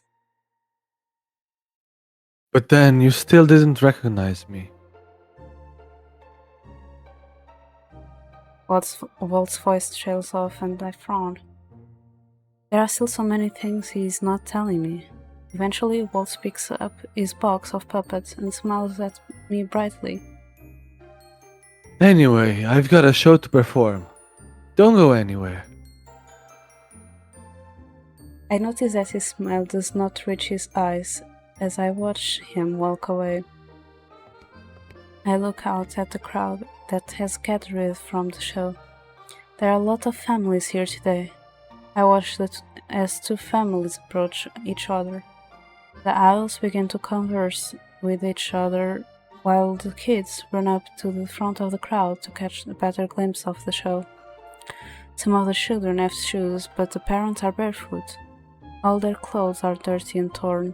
Their lives are clearly hard, but they are still smiling. I've never been in desperate need of clothes or food. I've never had to work for anything. Should have been happier than these people when I was a princess, but now I'm beginning to see that the material things that I had were never enough to buy me true happiness. Hello, everyone. I take a step off to the side as Waltz begins his show. Waltz weaves his stories as seamlessly as he always does, captivating his audience with every word, but I am not paying attention. My focus is locked on the two families standing near me. When I see these people, I cannot help but wonder what kind of life I've been leading. Waltz's show was a success yet again. He's smiling from ear to ear as he counts the coins he has earned as a reward for his good performance. You look happier than usual. I am. I've been saving money for a special toy, and now I can finally buy it. He says he does not like to be treated like a child, but he gets so excited whenever he mentions a new toy. I pause at the sound of laughter and look up to see the group of children talking excitedly to each other as they approach Waltz and I. Ah, this might be an opportunity. An opportunity? Making these children happy might be a good deed. What? Waltz ignores me as he jogs up to the children. Waltz! The group of children swarm him, talking loudly as they each try to cling on him in some manner. We've been waiting forever for you to come back. But I was here a couple of days ago. But you didn't have time to play. Can we play now? Please, please, please. We've been good, just like you told us. The boy looks around at the group of children, and they all nod their heads with eager agreement. Well, if you've been as good as you say, how could I say no? The children cheer. I'm going to start counting now. Come on! He won't find us this time. The children disperse around the area. I watch them go with disinterest. That's your cue to hide, princess. What? Why do I need to take part in this? You don't want to play? But we used to play hide and seek all the time. I am fairly certain I have never played a game like this with anyone before. Is this another memory that was taken from me? Big sister, play with us! A little girl runs up to me and begins to pull me along with her. Hey! I look at Waltz, but he only smiles at me. It seems like I don't really have a choice. Waltz turns to face a wall. He covers his eyes and begins to count. Before I can react, the little girl has let go of my hand and is running off. What is going on? I turn and see a boy hiding behind the barrel. We have to hide before he finishes counting. He didn't even explain the rules of this game. How was I supposed to know what to do? I look around me to find places that I may hide. Maybe behind the tree? Behind the fountain would also work? Or those wooden crates? Which one of these places should I hide in? I don't have.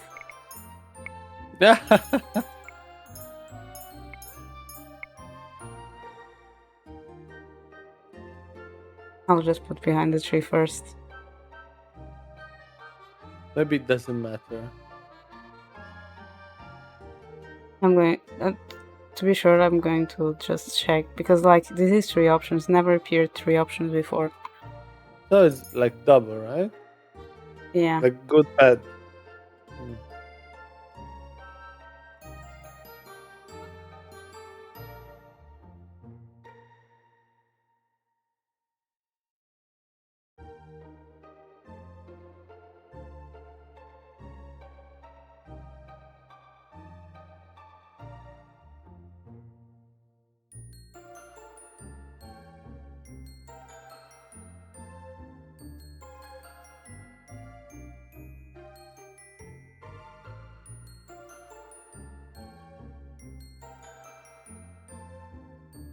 Oh, okay. So there is a correct option here. Oh.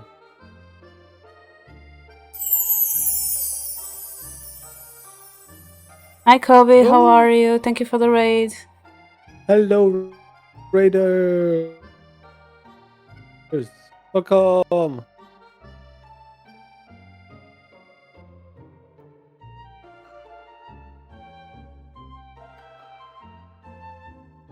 How was your stream, Kobe? I saw that you earlier were playing Starfield, and then you switched to Fortnite, then I went to stream, and so I don't know.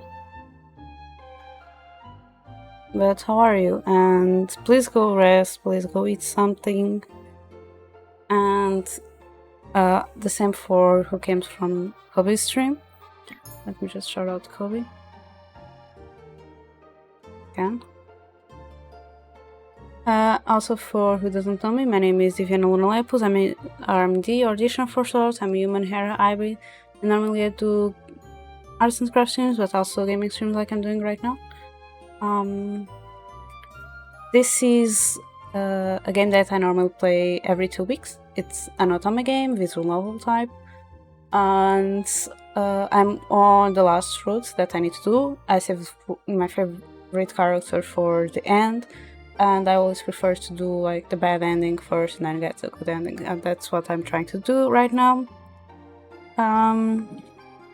Let me just check if I saved the game. Yeah, I saved. Also, if anyone is interested, these are my socials. And also, I'm the CIO of Virtual You magazine, VTuber magazine made from VTubers for VTubers. So check it out. And Illy, can you please introduce yourself?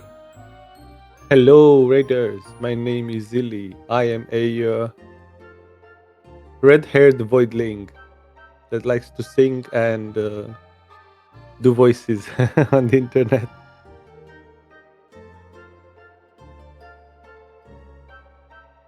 Yeah.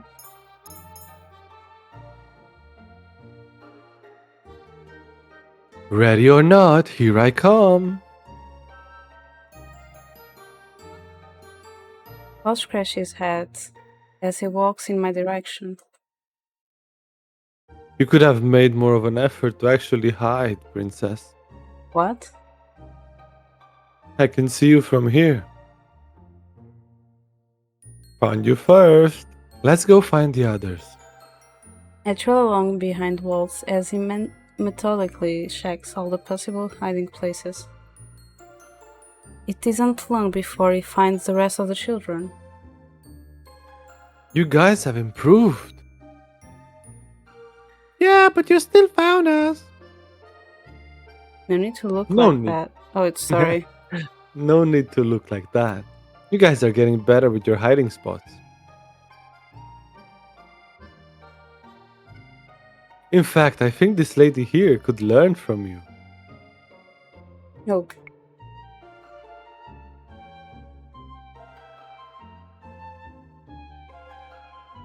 Mm, mm. Welcome, Base Cat Raiders.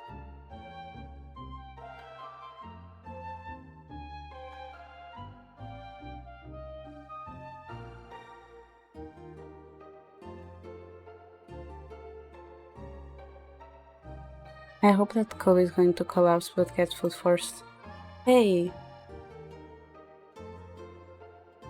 Right, everyone. That's it. the children begin to whine, clearly disappointed.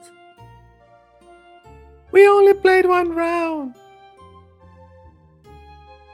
Now, don't be like that. I promise to play another game with everyone soon. Now run along. I'm sure your parents are looking for all of you.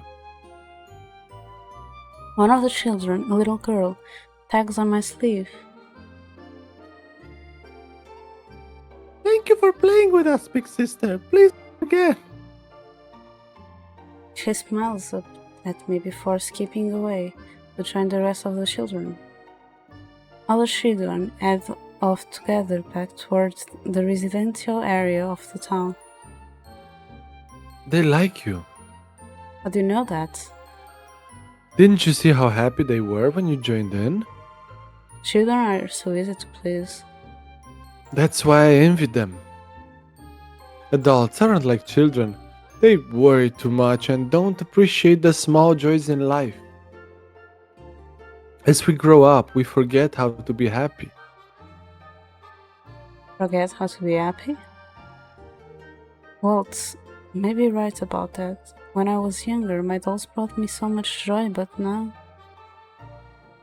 Anyway, thanks for putting in the effort to hide. I think you deserve a treat. Treat. You'll like it, I promise.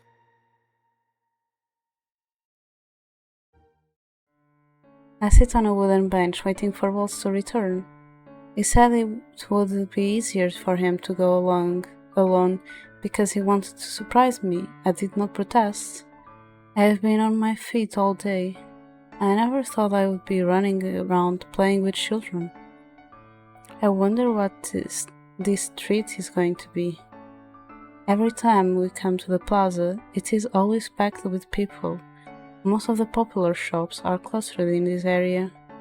I observe the town quickly before my eyes land on the statue. The king, it looks noble, riding a rearing stallion. I don't know how to say that word. The sun makes my heart twist uncomfortably. I'm pulled out of my thoughts when a child trips and falls in front of me and begins to cry. I should do something. But before I can react, a man and a woman are there, pulling the child up. The man takes the child in his arms as the woman rubs his back. There, my love.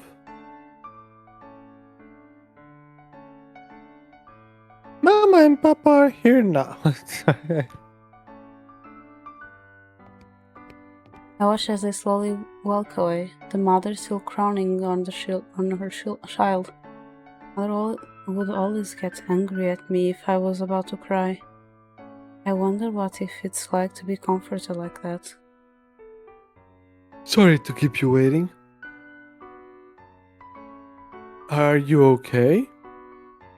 I keep the family inside for as long as I can before turning to Waltz. I'm fine. Here.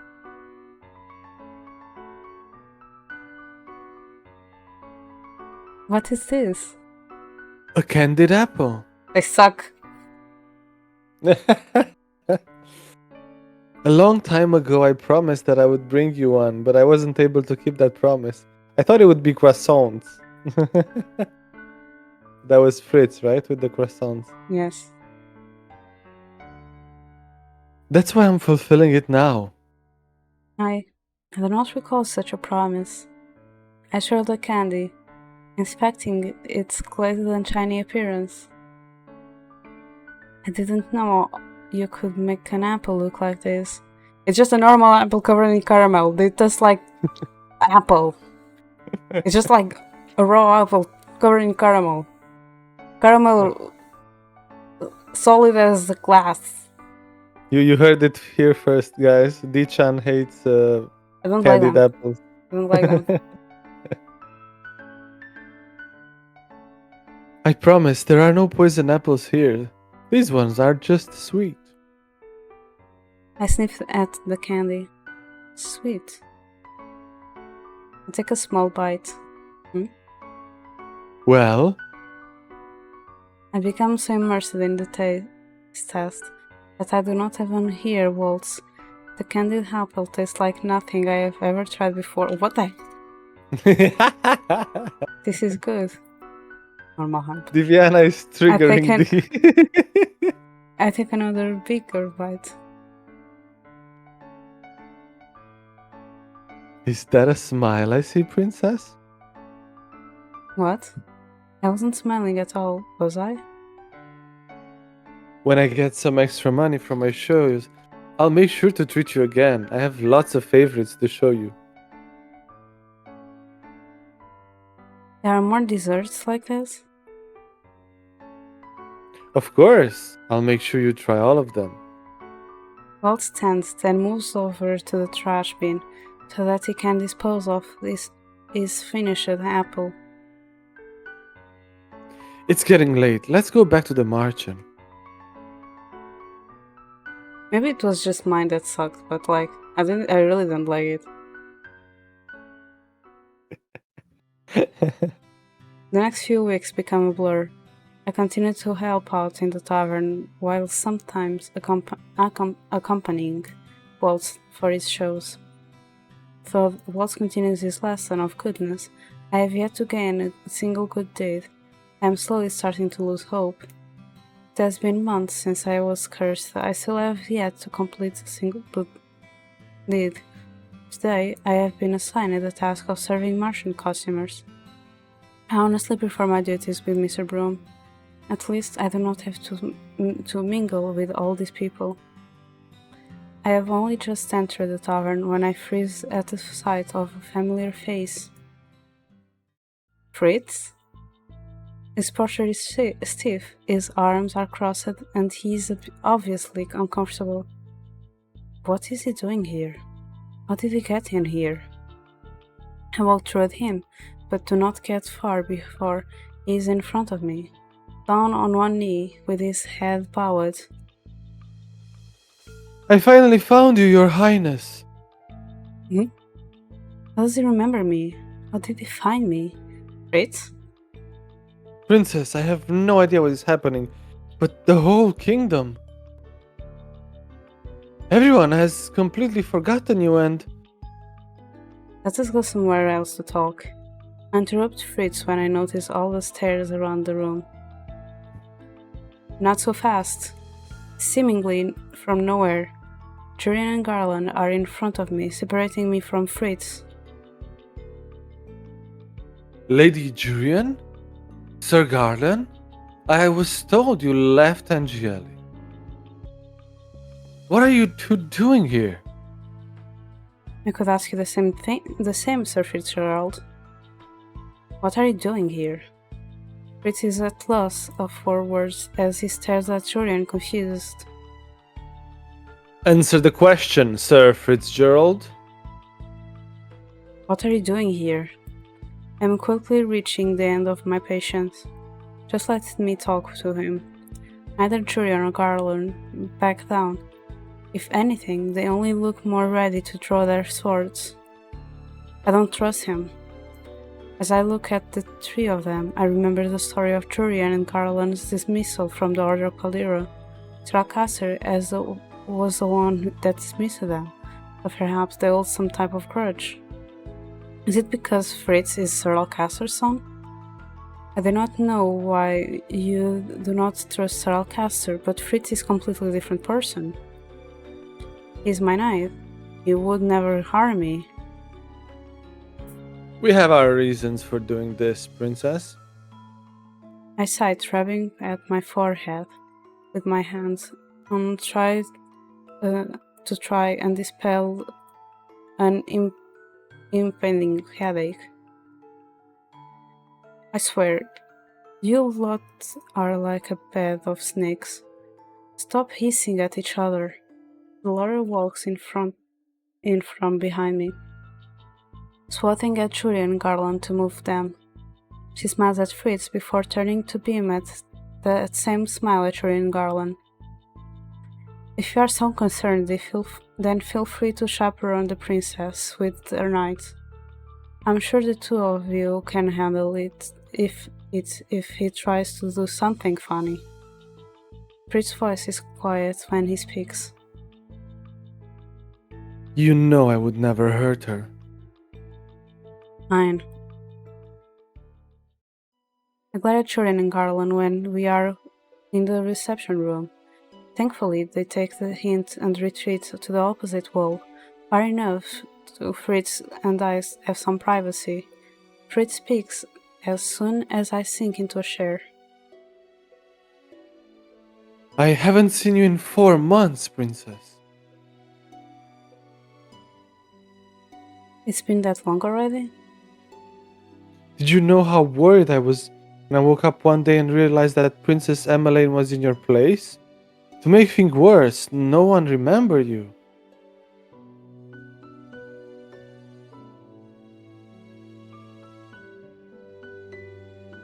Not even the king. When I brought up Crown Princess Diviana, everyone thought I was delusional. Where do I even begin?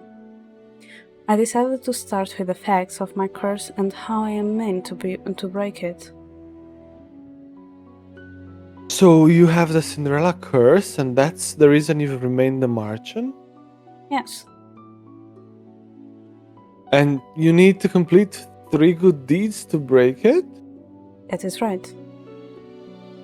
And how many good deeds have you accomplished, if you don't mind me asking?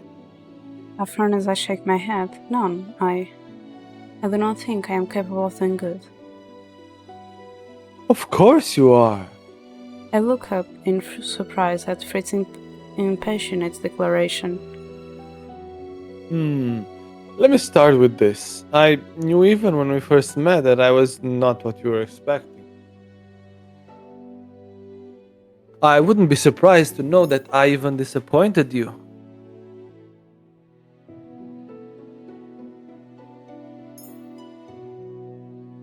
But you never said a word of complaint, even in the beginning when I made lots of mistakes.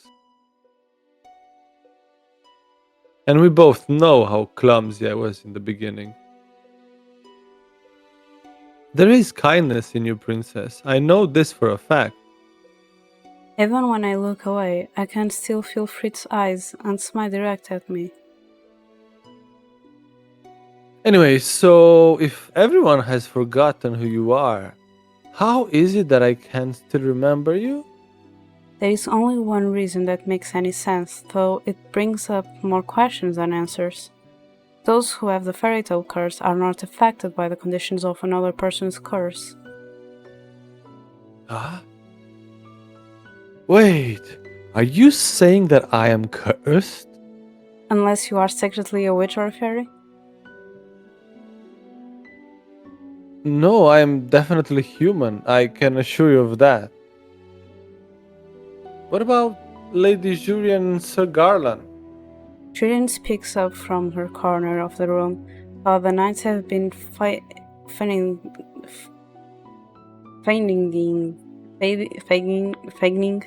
disinterest, there is no doubt they are listening in our conversation. We aren't cursed, so unfortunately we don't remember Princess Diviana being, well, crown princess. We only found out when she came here. I see. Ray's distress is apparent as he looks gloomily down at the floor. He hasn't admitted to having the curse, which means that he either does not know he has it or refused to tell me. I can't believe this. How could I have the fairy tale curse and not know about it? Have there been no difference in your life lately? I suppose I've been more forgetful lately. Does that count? You've always been forgetful. I know. Fritz's posture stiffens as Jordan walks through the house. From the other end of the room, her arms are crossed and her gaze directed at Fritz is filled with suspicion. How were you able to find this place? Fritz looks back at me as if asking permission, and I nod. I've been dispatching scouts through Angela to look for the princess ever since she disappeared. A girl matching her description was seen in this area entering this house. When my scouts entered this place, they found it empty and abandoned. I figured that this was as good a place as any to start looking for traces of her. Though I was expecting an empty house, not a tavern full of people. Only those with the curse or certain permitted people such as Jury and myself can enter this place and see it for what it is. So I really am cursed then. Fritz is silent for a few moments as he considers what was just said to him. That does explain things, though not as much as I'd like. Fritz stands. I still have many questions to ask, but I am expected back at the palace. Fritz turns to look at Julian Garland. I don't know why the two of you are here, but I'm glad that you are. I know I can trust you to keep the princess safe. Please, take care of her. You don't have to tell us twice. Fritz smiles in reply before turning once more to bow to me. Until we see each other again, princess. A week goes by after Fritz leaves the tavern and my luck does not change. I am still unable to complete a single good deed. I want to ask Parfait if she knows anything about Fritz and his curse, but she has been absent from the tavern for more than a week. When I asked Laura why Parfait was missing, all the witch say was that Parfait was busy dealing with the rapid spread of the fairy tale curse. Today, I'm accompanying Waltz to the toy shop to buy materials for his upcoming show, but now I cannot find him. He was by these shelves earlier. Where has he gone? I turn a corner and my gaze is caught once more by the dolls on display. One particular doll catches my eye, and I cannot help but marvel at its beauty.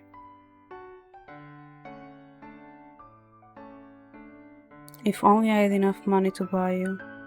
I notice a man standing just to the right, in front of the teddy bear display shelf. Isn't that the father I saw with his daughter a few weeks ago? He's looking at the teddy bear that his daughter wanted, the one he did not have enough money to buy. And watch as he opens one of his clenched hands. There are some gold coins on his palm. I had a glimpse at the price tags of the teddy bears earlier, and I am certain that the man does not have enough money to afford the one he's eyeing. I thought I'd have saved enough by now. Now, why do I get her for her birthday? The man heads for the next shelf over. He raises a hand to rub at the back of his neck. I walk over to pick up the bear the man was looking at. It is very soft and somehow comforting to hold. I can see why the girl liked this one. I begin to move toward the counter without realizing. I hold the teddy bear to me with one hand and reached for the bag of coins with the other. He gave me this money all those months ago, but I never used it. If I buy this bear, I will be completely broke.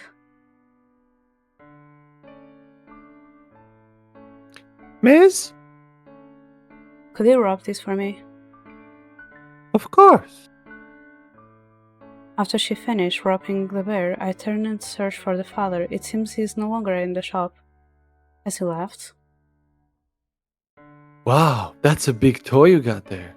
Waltz appears with a bright smile on his face. He leans forward to inspect the package I'm holding. I need to find him. Who? I'm sure he wasn't gone far yet. Hey, wait! Where is he? Princess, where are you going?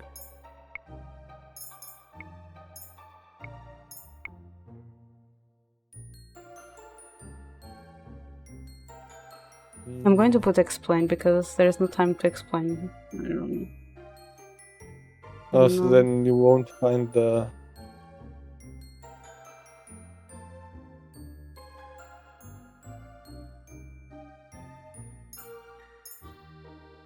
There's someone I need to find. Did you happen to see the man eyeing the large teddy bear earlier?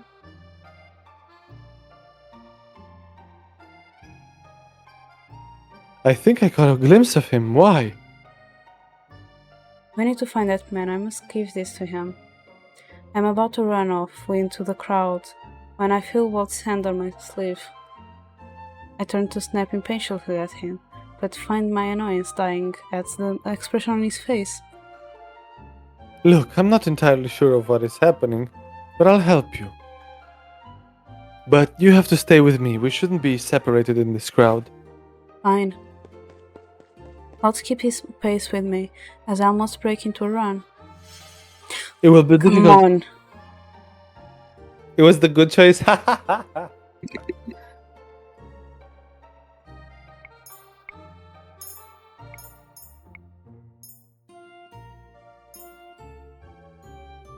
I cannot help but feel annoyed at Walt's insistence questioning.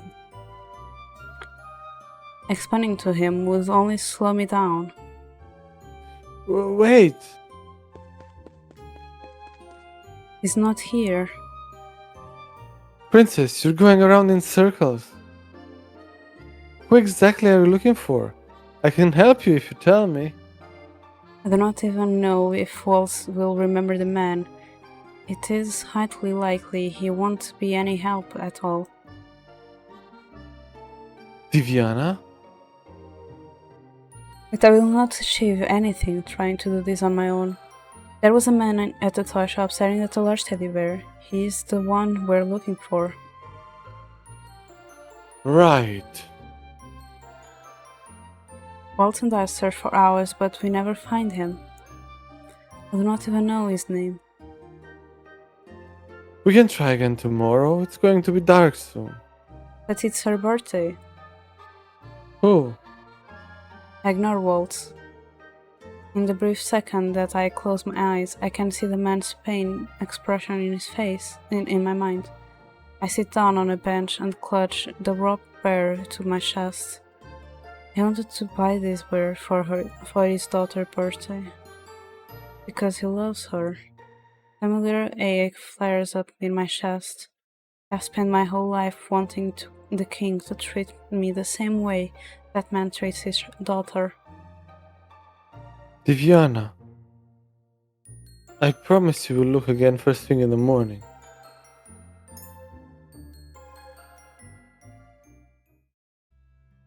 Waltz and I head back to the Martian, but the weight in my chest slows me down. It's not like you to be this sad for a stranger. You've changed. Have I? Come home, Papa. The girl's voice is familiar.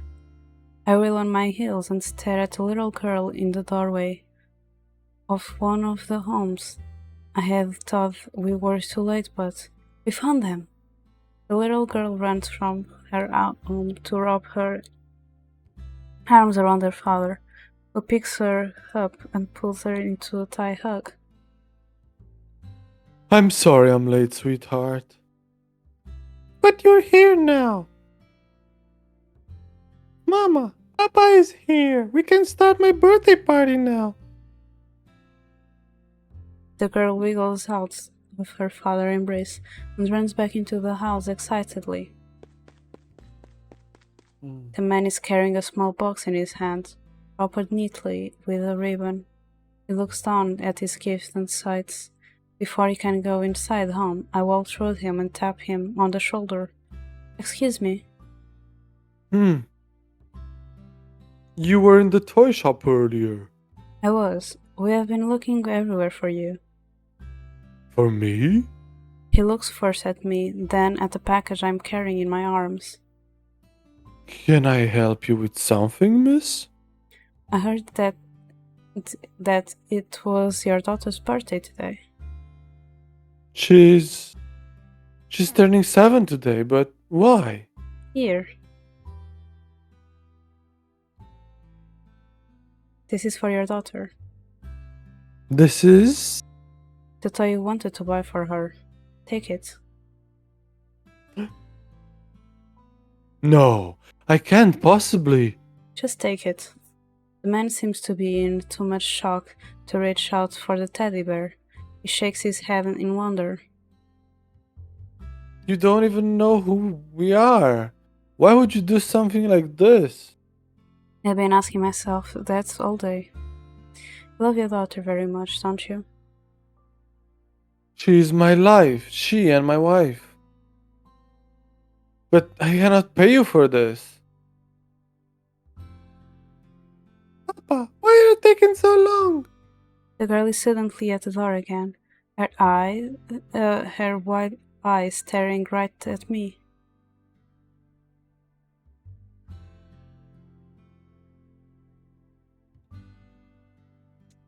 Who are you? The little girl clings to her father's leg. She looks curious but not afraid. I do not know what to say. This pretty lady here is your fairy godmother, little one. I turn to glare at Waltz. What is he playing at?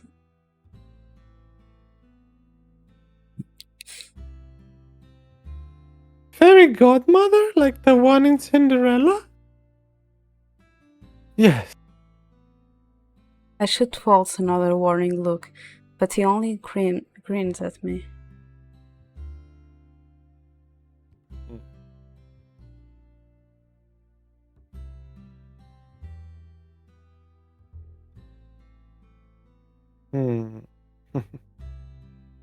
Waltz have things to say. Oh, she's come to fulfill your birthday wish, isn't that right, my lady? I was looking at the choices and I didn't. Tell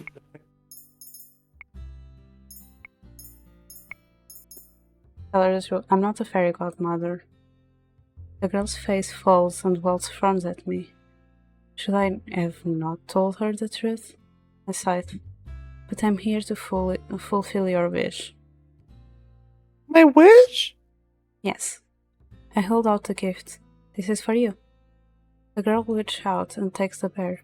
Her eyes light up as she stares at it. Is this the teddy bear? I nod, and the little girl squeals, thrilling around with the rope teddy bear tied in her arms. Then suddenly she puts the bear down and throws her arms around my neck. Thank you. Thank you for granting my wish, Miss Fairy Godmother. I am too shocked to react. Mama, look what my fairy godmother brought me. I can only stare at this. The little girl runs back into her house with a gift. Thank you. I glance at the man, who, much to my surprise, has tears running down his cheeks. He's still somehow smiling through them. I will never forget your kindness. He dips into a short bow, then disappears into his home.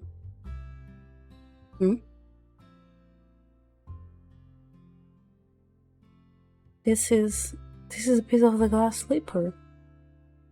Your first good deed. I stare in disbelief at the hovering piece in my hand. One moment it is there, the next it has been swollen by a bright light and this shineth with my pendant. Cannot believe it. Waltz, Waltz, look! But Waltz is not looking at my new pendant. He's looking at my face, his gaze enraptured. What are you looking at? You just smiled. I did? It's as beautiful as I remember. I feel slightly embarrassed, and I have no words as I quickly turn my head away. My eyes are still on the sleeper when I hear a familiar voice behind us. Cinderella's glass sleeper, huh? We both turn around to stare at a man standing a few feet from us. He's clothed in darkness, but I can still make it out his grin. Is it our friend Varg? Yes. Of course. Yes. Hello, princess.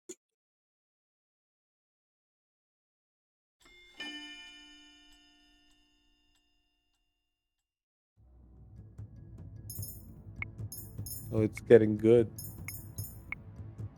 The man starts walking toward us slowly. Waltz moves to stand in front of me. Princess, stay close to me. Good evening, Princess Diviana. And a good evening to you too, Peter Pan. The man drops into an elegant bow. Allow me to introduce myself. My name is Varg. What do you want, Varg? How do you know who we are? I'd love to stay and chat, but I have more important things to do. The princess is coming with me. Varg takes one long stride toward us. He taps the cane and he is holding onto the ground. A surge of light emanates from the cane, then flares out toward us. Princess, go back to the marchen. Hurry! Waltz darts through Varg before I can stop him. Varg raises his cane and twists it in one sharp movement. The light abruptly changes direction and slams into Waltz's side, throwing him some distance away. Waltz! Before I can step away, Varg has lifted me into his arms. He grins at me, almost wolfishly, before darting away from Waltz. No! Princess! Let me go. No can do, princess. I let you go and things will get messy. What do you want from me? Are you a... I cannot even say the word. My blood burns cold as I consider the situation. Are you a witch? That I am not. And you expect me to believe you? You just used magic back there. Oh, I guess I did. Let me go. I squirm in his arms, attempting to quick and push him away from me. Varg abruptly stops with a grunt to let me down. It is my chance. I start to bolt away from him, but he quickly grabs my wrist and pulls me back. Not so fast. Get your hands off me. I'm not here to hurt you, princess. After what you did to Waltz, he leans in toward me until he can not look me in the eyes. Well, he was in the way. Besides, it's not like I killed him. Varg begins walking again, this time pulling me with him. I try to break away from his iron grip, but fail. Where are you taking me? Back to where you truly belong. If there's one thing I've learned from the fairy tales, it's that a princess belongs in a palace. I'm unable to stop the gasp that leaves my lips. He stops and turns to me. You've been away from home for far too long, princess. Don't you want to go back? I do want to go back, to go home, but I'm not welcome there anymore. At least, not while I'm still cursed. Release her! Varg released me just in time to block a sword strike that came out of the darkness of the trees. How annoying. I could say the same thing about you. I back away as the two trade blows. Varg uses his cane to defend himself against a man that just emerged from the trees. That man is the one who was with Waltz, the man with the sword that helped save me from bandits all those months ago. There is something graceful in the way the man moves, and he swings his sword at Varg. It almost looks like he is dancing. The stranger continues sweeping the sword, eventually gaining enough leverage to force Varg back. He moves so quickly that it takes all of Varg's reflex simply to block his slashes. They're so fast. Varg takes a few steps back and keeps a safe distance from the stranger. Impressive. The man gives Varg a lopsided smile as he points his sword at him. The two of them temporarily frozen, as they each wait for the other to move first. You're not too bad yourself. Wait, is that... Now that he has stopped and I have a better look at him, I can see that the stranger's features are uncannily similar to Karma's. Karma? But is it really him? Princess, are you okay? I turned my head to see Waltz and Delora rushing toward me. How did you find me? Delora used her magic to track you down. Thankfully, no other witches beat us here. Waltz out in front of me while Delora advances toward the two men. So what do you have here? Delora, right? Can't say that it's a pleasure to meet you. I have to compliment you all. You did an impressive job hiding the princess from us. It took a while to finally track her down. Finding your so-called tavern was difficult, you know? But I got lucky. How does he know about the tavern? No sooner are the words of Varg's mouth that the swordsman is suddenly upon him again, posed to attack. Varg blocks his sword a second too late, and is forced to back away, clutching his now bloody arm. You talk too much. Sorry, I shouldn't have forgotten my manners in front of royalty. Varg's gaze turns to Delora, a smirk somehow still on his face despite his injury. You have quite an interesting bunch with you, witch. How about joining us instead? We could always use more witches like yourself. Thanks, but no thanks. Too bad. Varg turns to look at me. He holds out a hand and gestures me toward him. Come with me, princess. You know you don't belong here. I clench my hands into fists as I shake my head. Your mother won't be very happy with your decision, princess. Especially after all she's done to make sure you'll be a suitable heir. Mother? What are you talking about? But Varg ignores me as he raises his cane. Sorry to leave the party so quickly, but I'll be back soon enough for you, princess. Next time, whether you like it or not, you'll be coming with me. I'm not done with you. Delora throws her hands out, beginning to gather light in her palms, but Varg has already brought his cane down to on the ground. Thick smoke envelops the area, making my eyes water. When the smoke clears, Varg is gone. Delora huffs in annoyance as she lowers her arms back down to her sides. To think that those witches are using a human to do their dirty work. What was that cane he was carrying?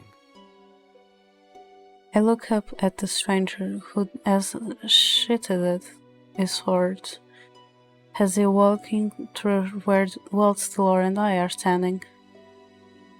It's an enchanted item. That can has been infused with a spell that allows Varg to use magic.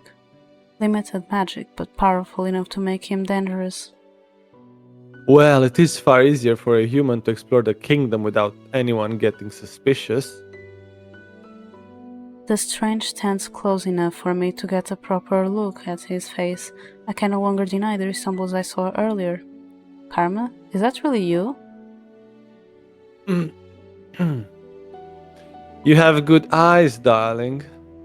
So this is what Karma looks like as a man. Why does he need to disguise himself as a woman?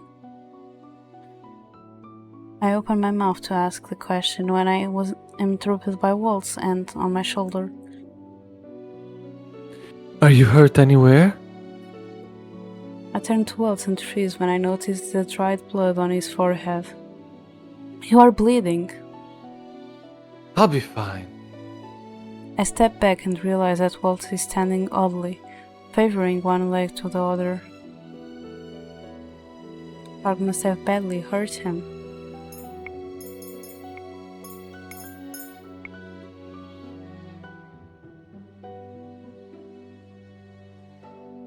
I'll put the first one because the second one should like we are concerned about them.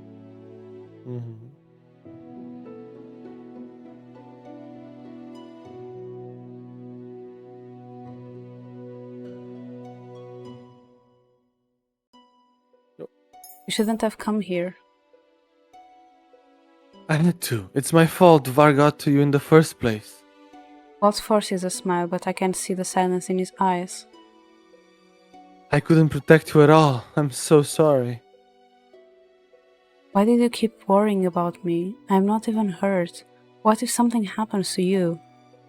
Waltz smiles. He tries with great effort to mask his pain. Come on! It was the good one. At least it didn't take us a long time to figure it out.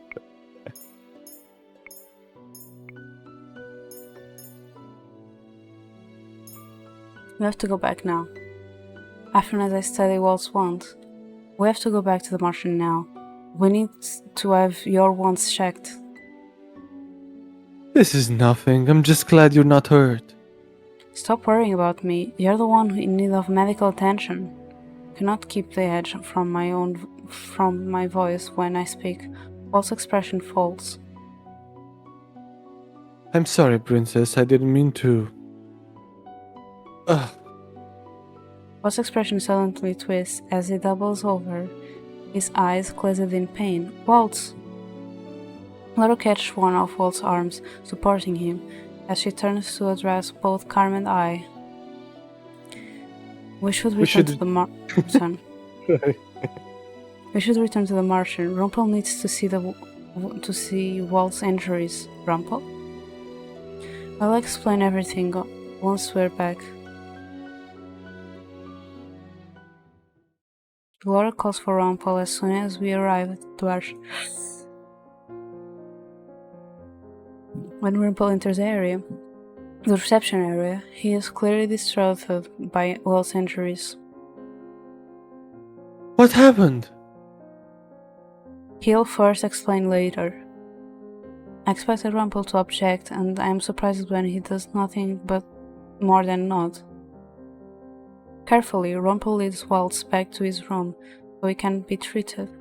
Lara looks in the direction of Rumpel and Waltz have gone, with a thoughtful look on her face. We're lucky that we have Rumpel here with us. Anis is good with herbs and small wounds, but Rumpel has experience with more serious injuries. Experience? What are you talking about? Memory's curse? Rumpel is not the only one who does not remember who he is. None of the town folks remember his name either. But what about those with the curse? Shouldn't they at least still be able to remember his name? Rumpel is an exception to the rule, as he is with many things. In his case, not a single person can remember his name. Funny thing is, they can still recognize him. He ran into someone who called him a daughter today. Even just hearing it brought a memory back. He's gotten one of the chapters of his shoulder back now. He's quite the proficient author. He collects his journal pages by retrieving memories from others that still remember him. What a strange curse. My eyes wander around the reception area and I notice that someone is missing. Where is Karma? Don't worry about him, he's probably changing now. I do not understand why Karma is so secretive about his reasons for wearing a disguise. I am about to ask Laura if she knows any of the specifics of Karma's curse when the door to the reception area is thrown open. Princess? I'm surprised when Anise suddenly throws her arms around me. She pulls me into a tight hug. I was so worried about you. Thank goodness you're safe. She pulls away and begins to wipe at tears that have sprung to her eyes. Oh, why are you crying? Because I was worried about you, silly. She was really so worried, she cried. Why? I'm intensely aware of the awkwardness of the situation. Thank you for worrying about me? I had thought the words might do something to ease her worries, but her sobbing only grows louder. Anise? I'll get you something warm to drink. I stare off after Anise before I turn to look at Laura worriedly. Did I say something wrong? Did I say the wrong thing? Quite the opposite, actually. You made her very happy. I did? But she was crying. They're called tears of joy, Princess. I'd be overwhelmed so if you were suddenly nice to me. Miracles tend to bring people to tears. I just said thank you. And that was a kindness in and of itself. No wonder she's so happy. I was being kind? And congratulations, Princess. I see that you've managed to complete your first good deed.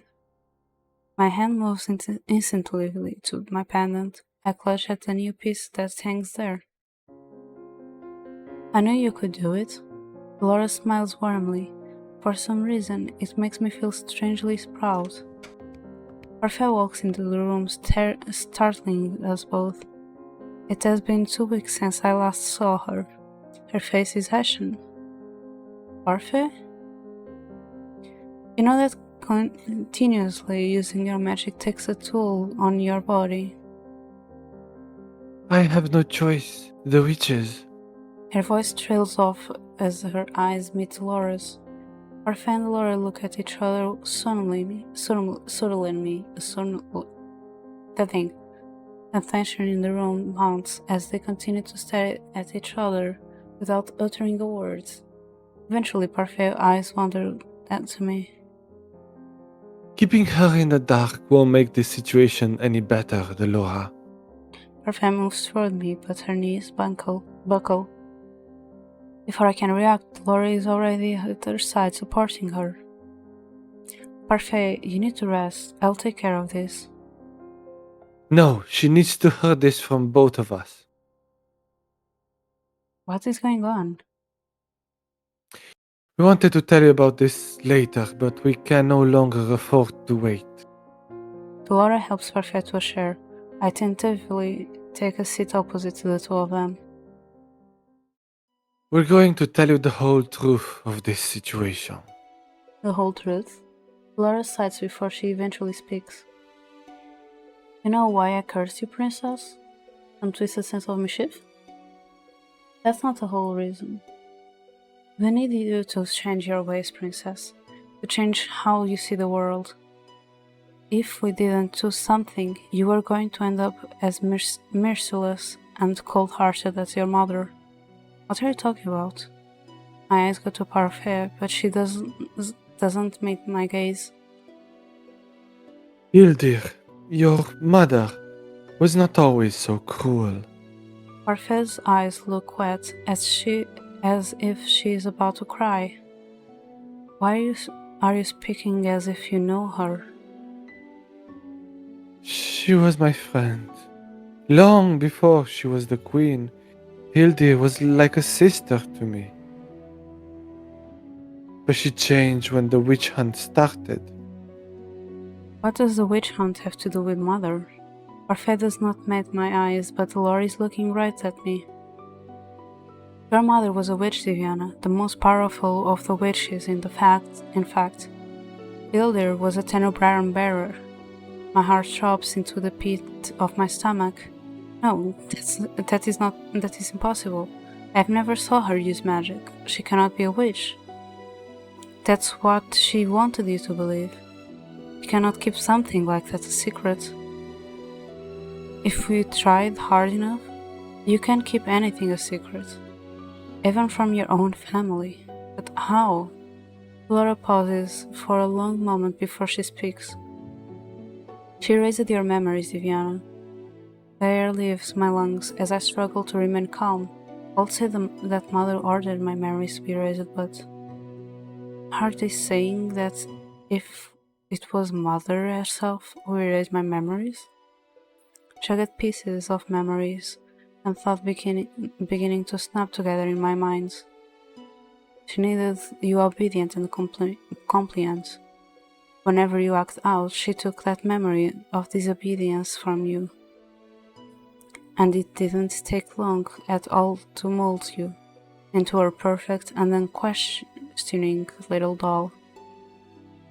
I grip my dress without realizing my hands are shaking, and I didn't know what. Mother really did erase my memories of him. How much of my childhood did I lose? Hildir cherished humans before. She was kind and selfless. She was devoted to maintaining the balance between the Lucis and the Tenebrarum. But Hans, Laura moves to place a gentle hand on Parfait's shoulder. It's not your fault. I trusted him too much. He swore that they would only be stories, small fantasies to share with his children. Hildir wanted to turn him away, but I disagreed. I allowed Hans to weave his tales about witches and fairies. Fairy tales? Laura nods. Hans' fairy tales became hugely popular, and in practically every single one of these stories, it was a witch who was bad and a fairy who was good. To add insult to injury, it was well known that Hans had been welcomed by the Lucis barrier, but not by the Tenebrarum bearer. The humans took that information and their imaginations ran wild. Hildir and I went to Hans to beg him to tell the truth, but it was too late. No matter what Hans said, everyone believed that he was being threatened by the witches. I don't think he ever meant for things to get so out of hand either. When the king at the time, your grandfather, also voiced his negative opinions on witches, he only added fuel to the fire. It was as if he was giving humans permission to carry on with their witch genocide. And we could not do nothing to defend ourselves. We were bound by our oath to never hurt a living soul. The witch hunt lasted for years. Most of us were slaughtered. All witches are bound to the Tenebrarum bearer through the Tenebrarum itself. Hildir felt each of the deaths like it was her own. It drove her mad. And she broke our oath. She killed the king, your grandfather. Mother killed my grandfather? As Hildir's power kept growing, more and more good witches were corrupted through her influence on the Tenebrarum. I tried to stop her, but she was already lost to reason. Hildir wanted to take Angel for the witches. She wanted to take revenge on the humans for what they had done to all of us. And since your father was the next in line, Hildir forced Gennaro to marry her, so she would have a legitimate claim to the throne. And she did it even though she knew he loved another woman. The very woman who sits on the throne today. Ophelia? Laura nods. The king always loved her? Ophelia? Elder created a fairy tale curse to punish the humans. She wanted to fill the Tenebrarum with their hatred and anger. Parfait. Wait, that wasn't Parfait, that was Laura, was it? Huh? Yeah, that was Laura. Parfait's voice became very soft. The balance between dark and light was lost. While Hildur lived, Angeli was a place of grief. I can feel an impending headache coming, but even if what you're saying is true, Mother is dead. She'd been dead for 4 years. She is. But for some reason, the witches are becoming more active. Garland and Julian's patrols have confined this. Trolls? Is that why they are disappeared at night? I had to cast a glamour on you so that other witches would be unable to recognize you as the princess. But it seems like they've already seen through your glamour. They're looking for... wait. If that is Parfait, why is Dolores with the mouth open? They're looking for you, princess. The witches are looking for you. What? Why? The Tenebrarum needs a bearer. A witch needs to take on that role and regulate the balance between the Lucis and the Tenebrarum. For the past few years, it's been in a state of hibernation. We believe Hildur infused her life into the Tenebrarum to keep it stable. But now the Tenebrarum is beginning to wake again. We believe that's why so many people are being cursed lately. The witches are preparing for the new bearer. Laura turns to me with an expression I cannot quite read. They only have to wait until you turn 18. The hair in the room seems to disappear all at once. Princess, on your 18th birthday, your curse will break regardless of whether you complete your 3 good deeds. And you will become the Tenebrarum bearer. You will inherit that title and that power from your mother. Impossible. My heart is racing and I feel faint. Even if Mother was a witch, I can't use magic at all. All elflings like you inherit their magic at 18. No, I'm human. Princess. Laura's expression is grim as she speaks. We've been watching over you for a long time, Diviana.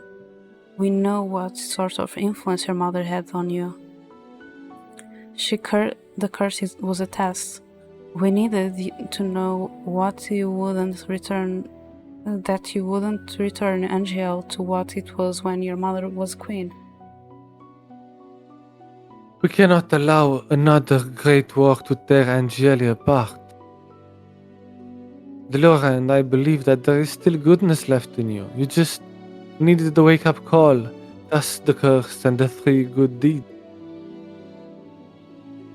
We wanted you to see what you hadn't in years, to be exposed to the true reality of things. And above all, we needed to see that you were capable of 3 good deeds. I attempt to grasp the fleeting thoughts in my mind, but to no avail. I feel numb. That's it, no more secrets. Parfait's voice is gentle when she speaks to me. The future of this kingdom is in your hands. Will you follow your mother's footsteps? Or will we achieve the same balance that we had before?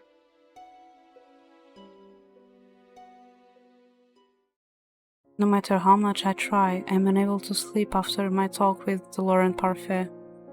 Mother was a wicked witch? And I'm the next barrier of the Tenebrarum? It all makes sense now. So many people hated me because they thought I would be just like Mother. feel the weight of that truth crash down on me, and it is suffocating. What am I supposed to do now? I turn to my side and bring my knees to my chest. How do I know what the truth is anymore? Suddenly, an idea occurs to me. There is one other person whom I know the truth. Waltz. Wonder how he's doing. I slip out of my room, and make my way through Waltz. Waltz is sound asleep when I push the door to his room open. He looks so small on the bed. I pause to look at the hefty amount of herbs lying on the table. Those herbs, I remember a niece once told me that they help with pain. Grandpa and the niece have given Waltz a lot of them. Thoughts about the truth of my mother retreats to the back of my mind as I remember the encounter with Varg. Waltz would never have gotten hurt if it wasn't for me. My hands begin to sting.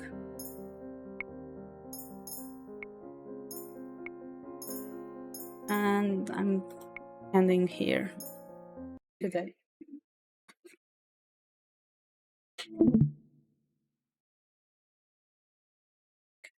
Time to change screens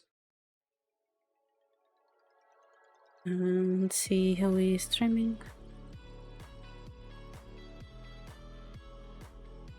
Ooh.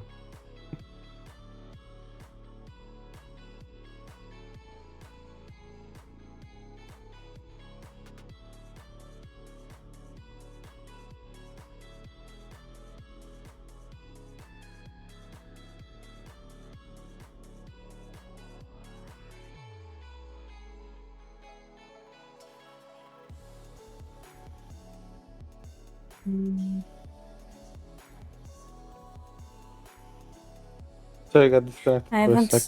haven't read Ace in a while. I Yeah, don't let's know just take for how long it he's streaming. 1 hour and a half. I Mm. think it's not that long. Yeah, but sometimes after 2 hours he ends.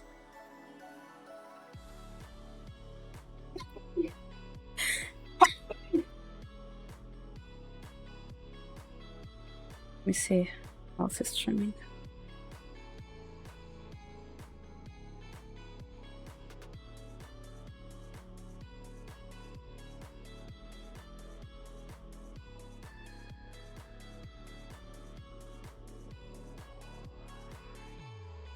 Mm.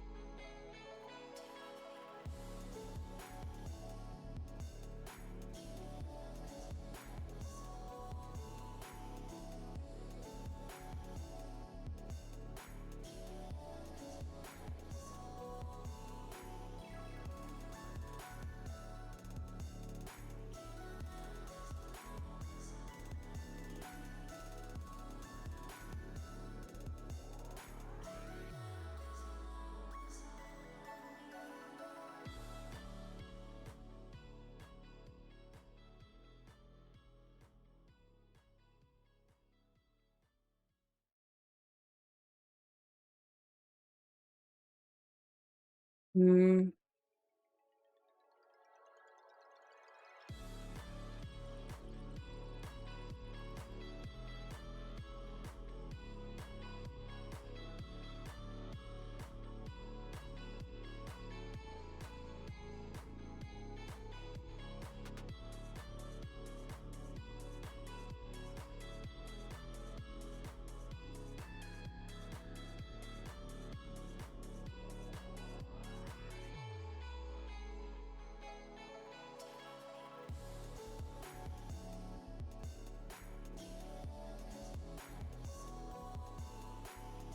Oh, 6 hours. Oh.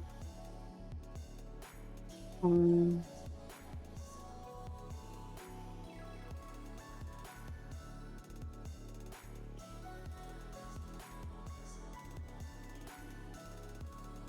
mm.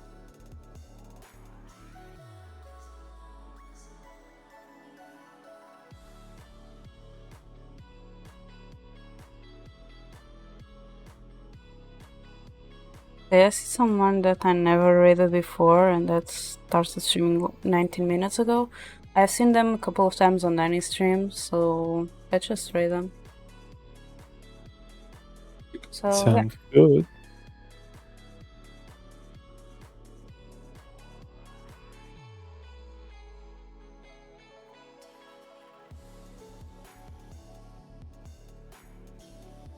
So for who is sub, this is would be the red message, and for who isn't sub, the red message would be this one.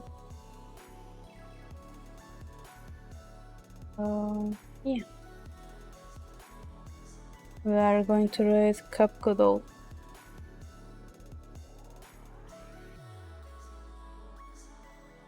Yeah. Thank you so much to everyone joining me today. Thank you, Illy, for helping me. Voice acting again. And thank you, No. Kobe, for the raid. I'll be back tomorrow with games. I don't know how many games I'm going to play, but probably the first one will take more or less 1 hour, according to the last one that I played. That was like the first one.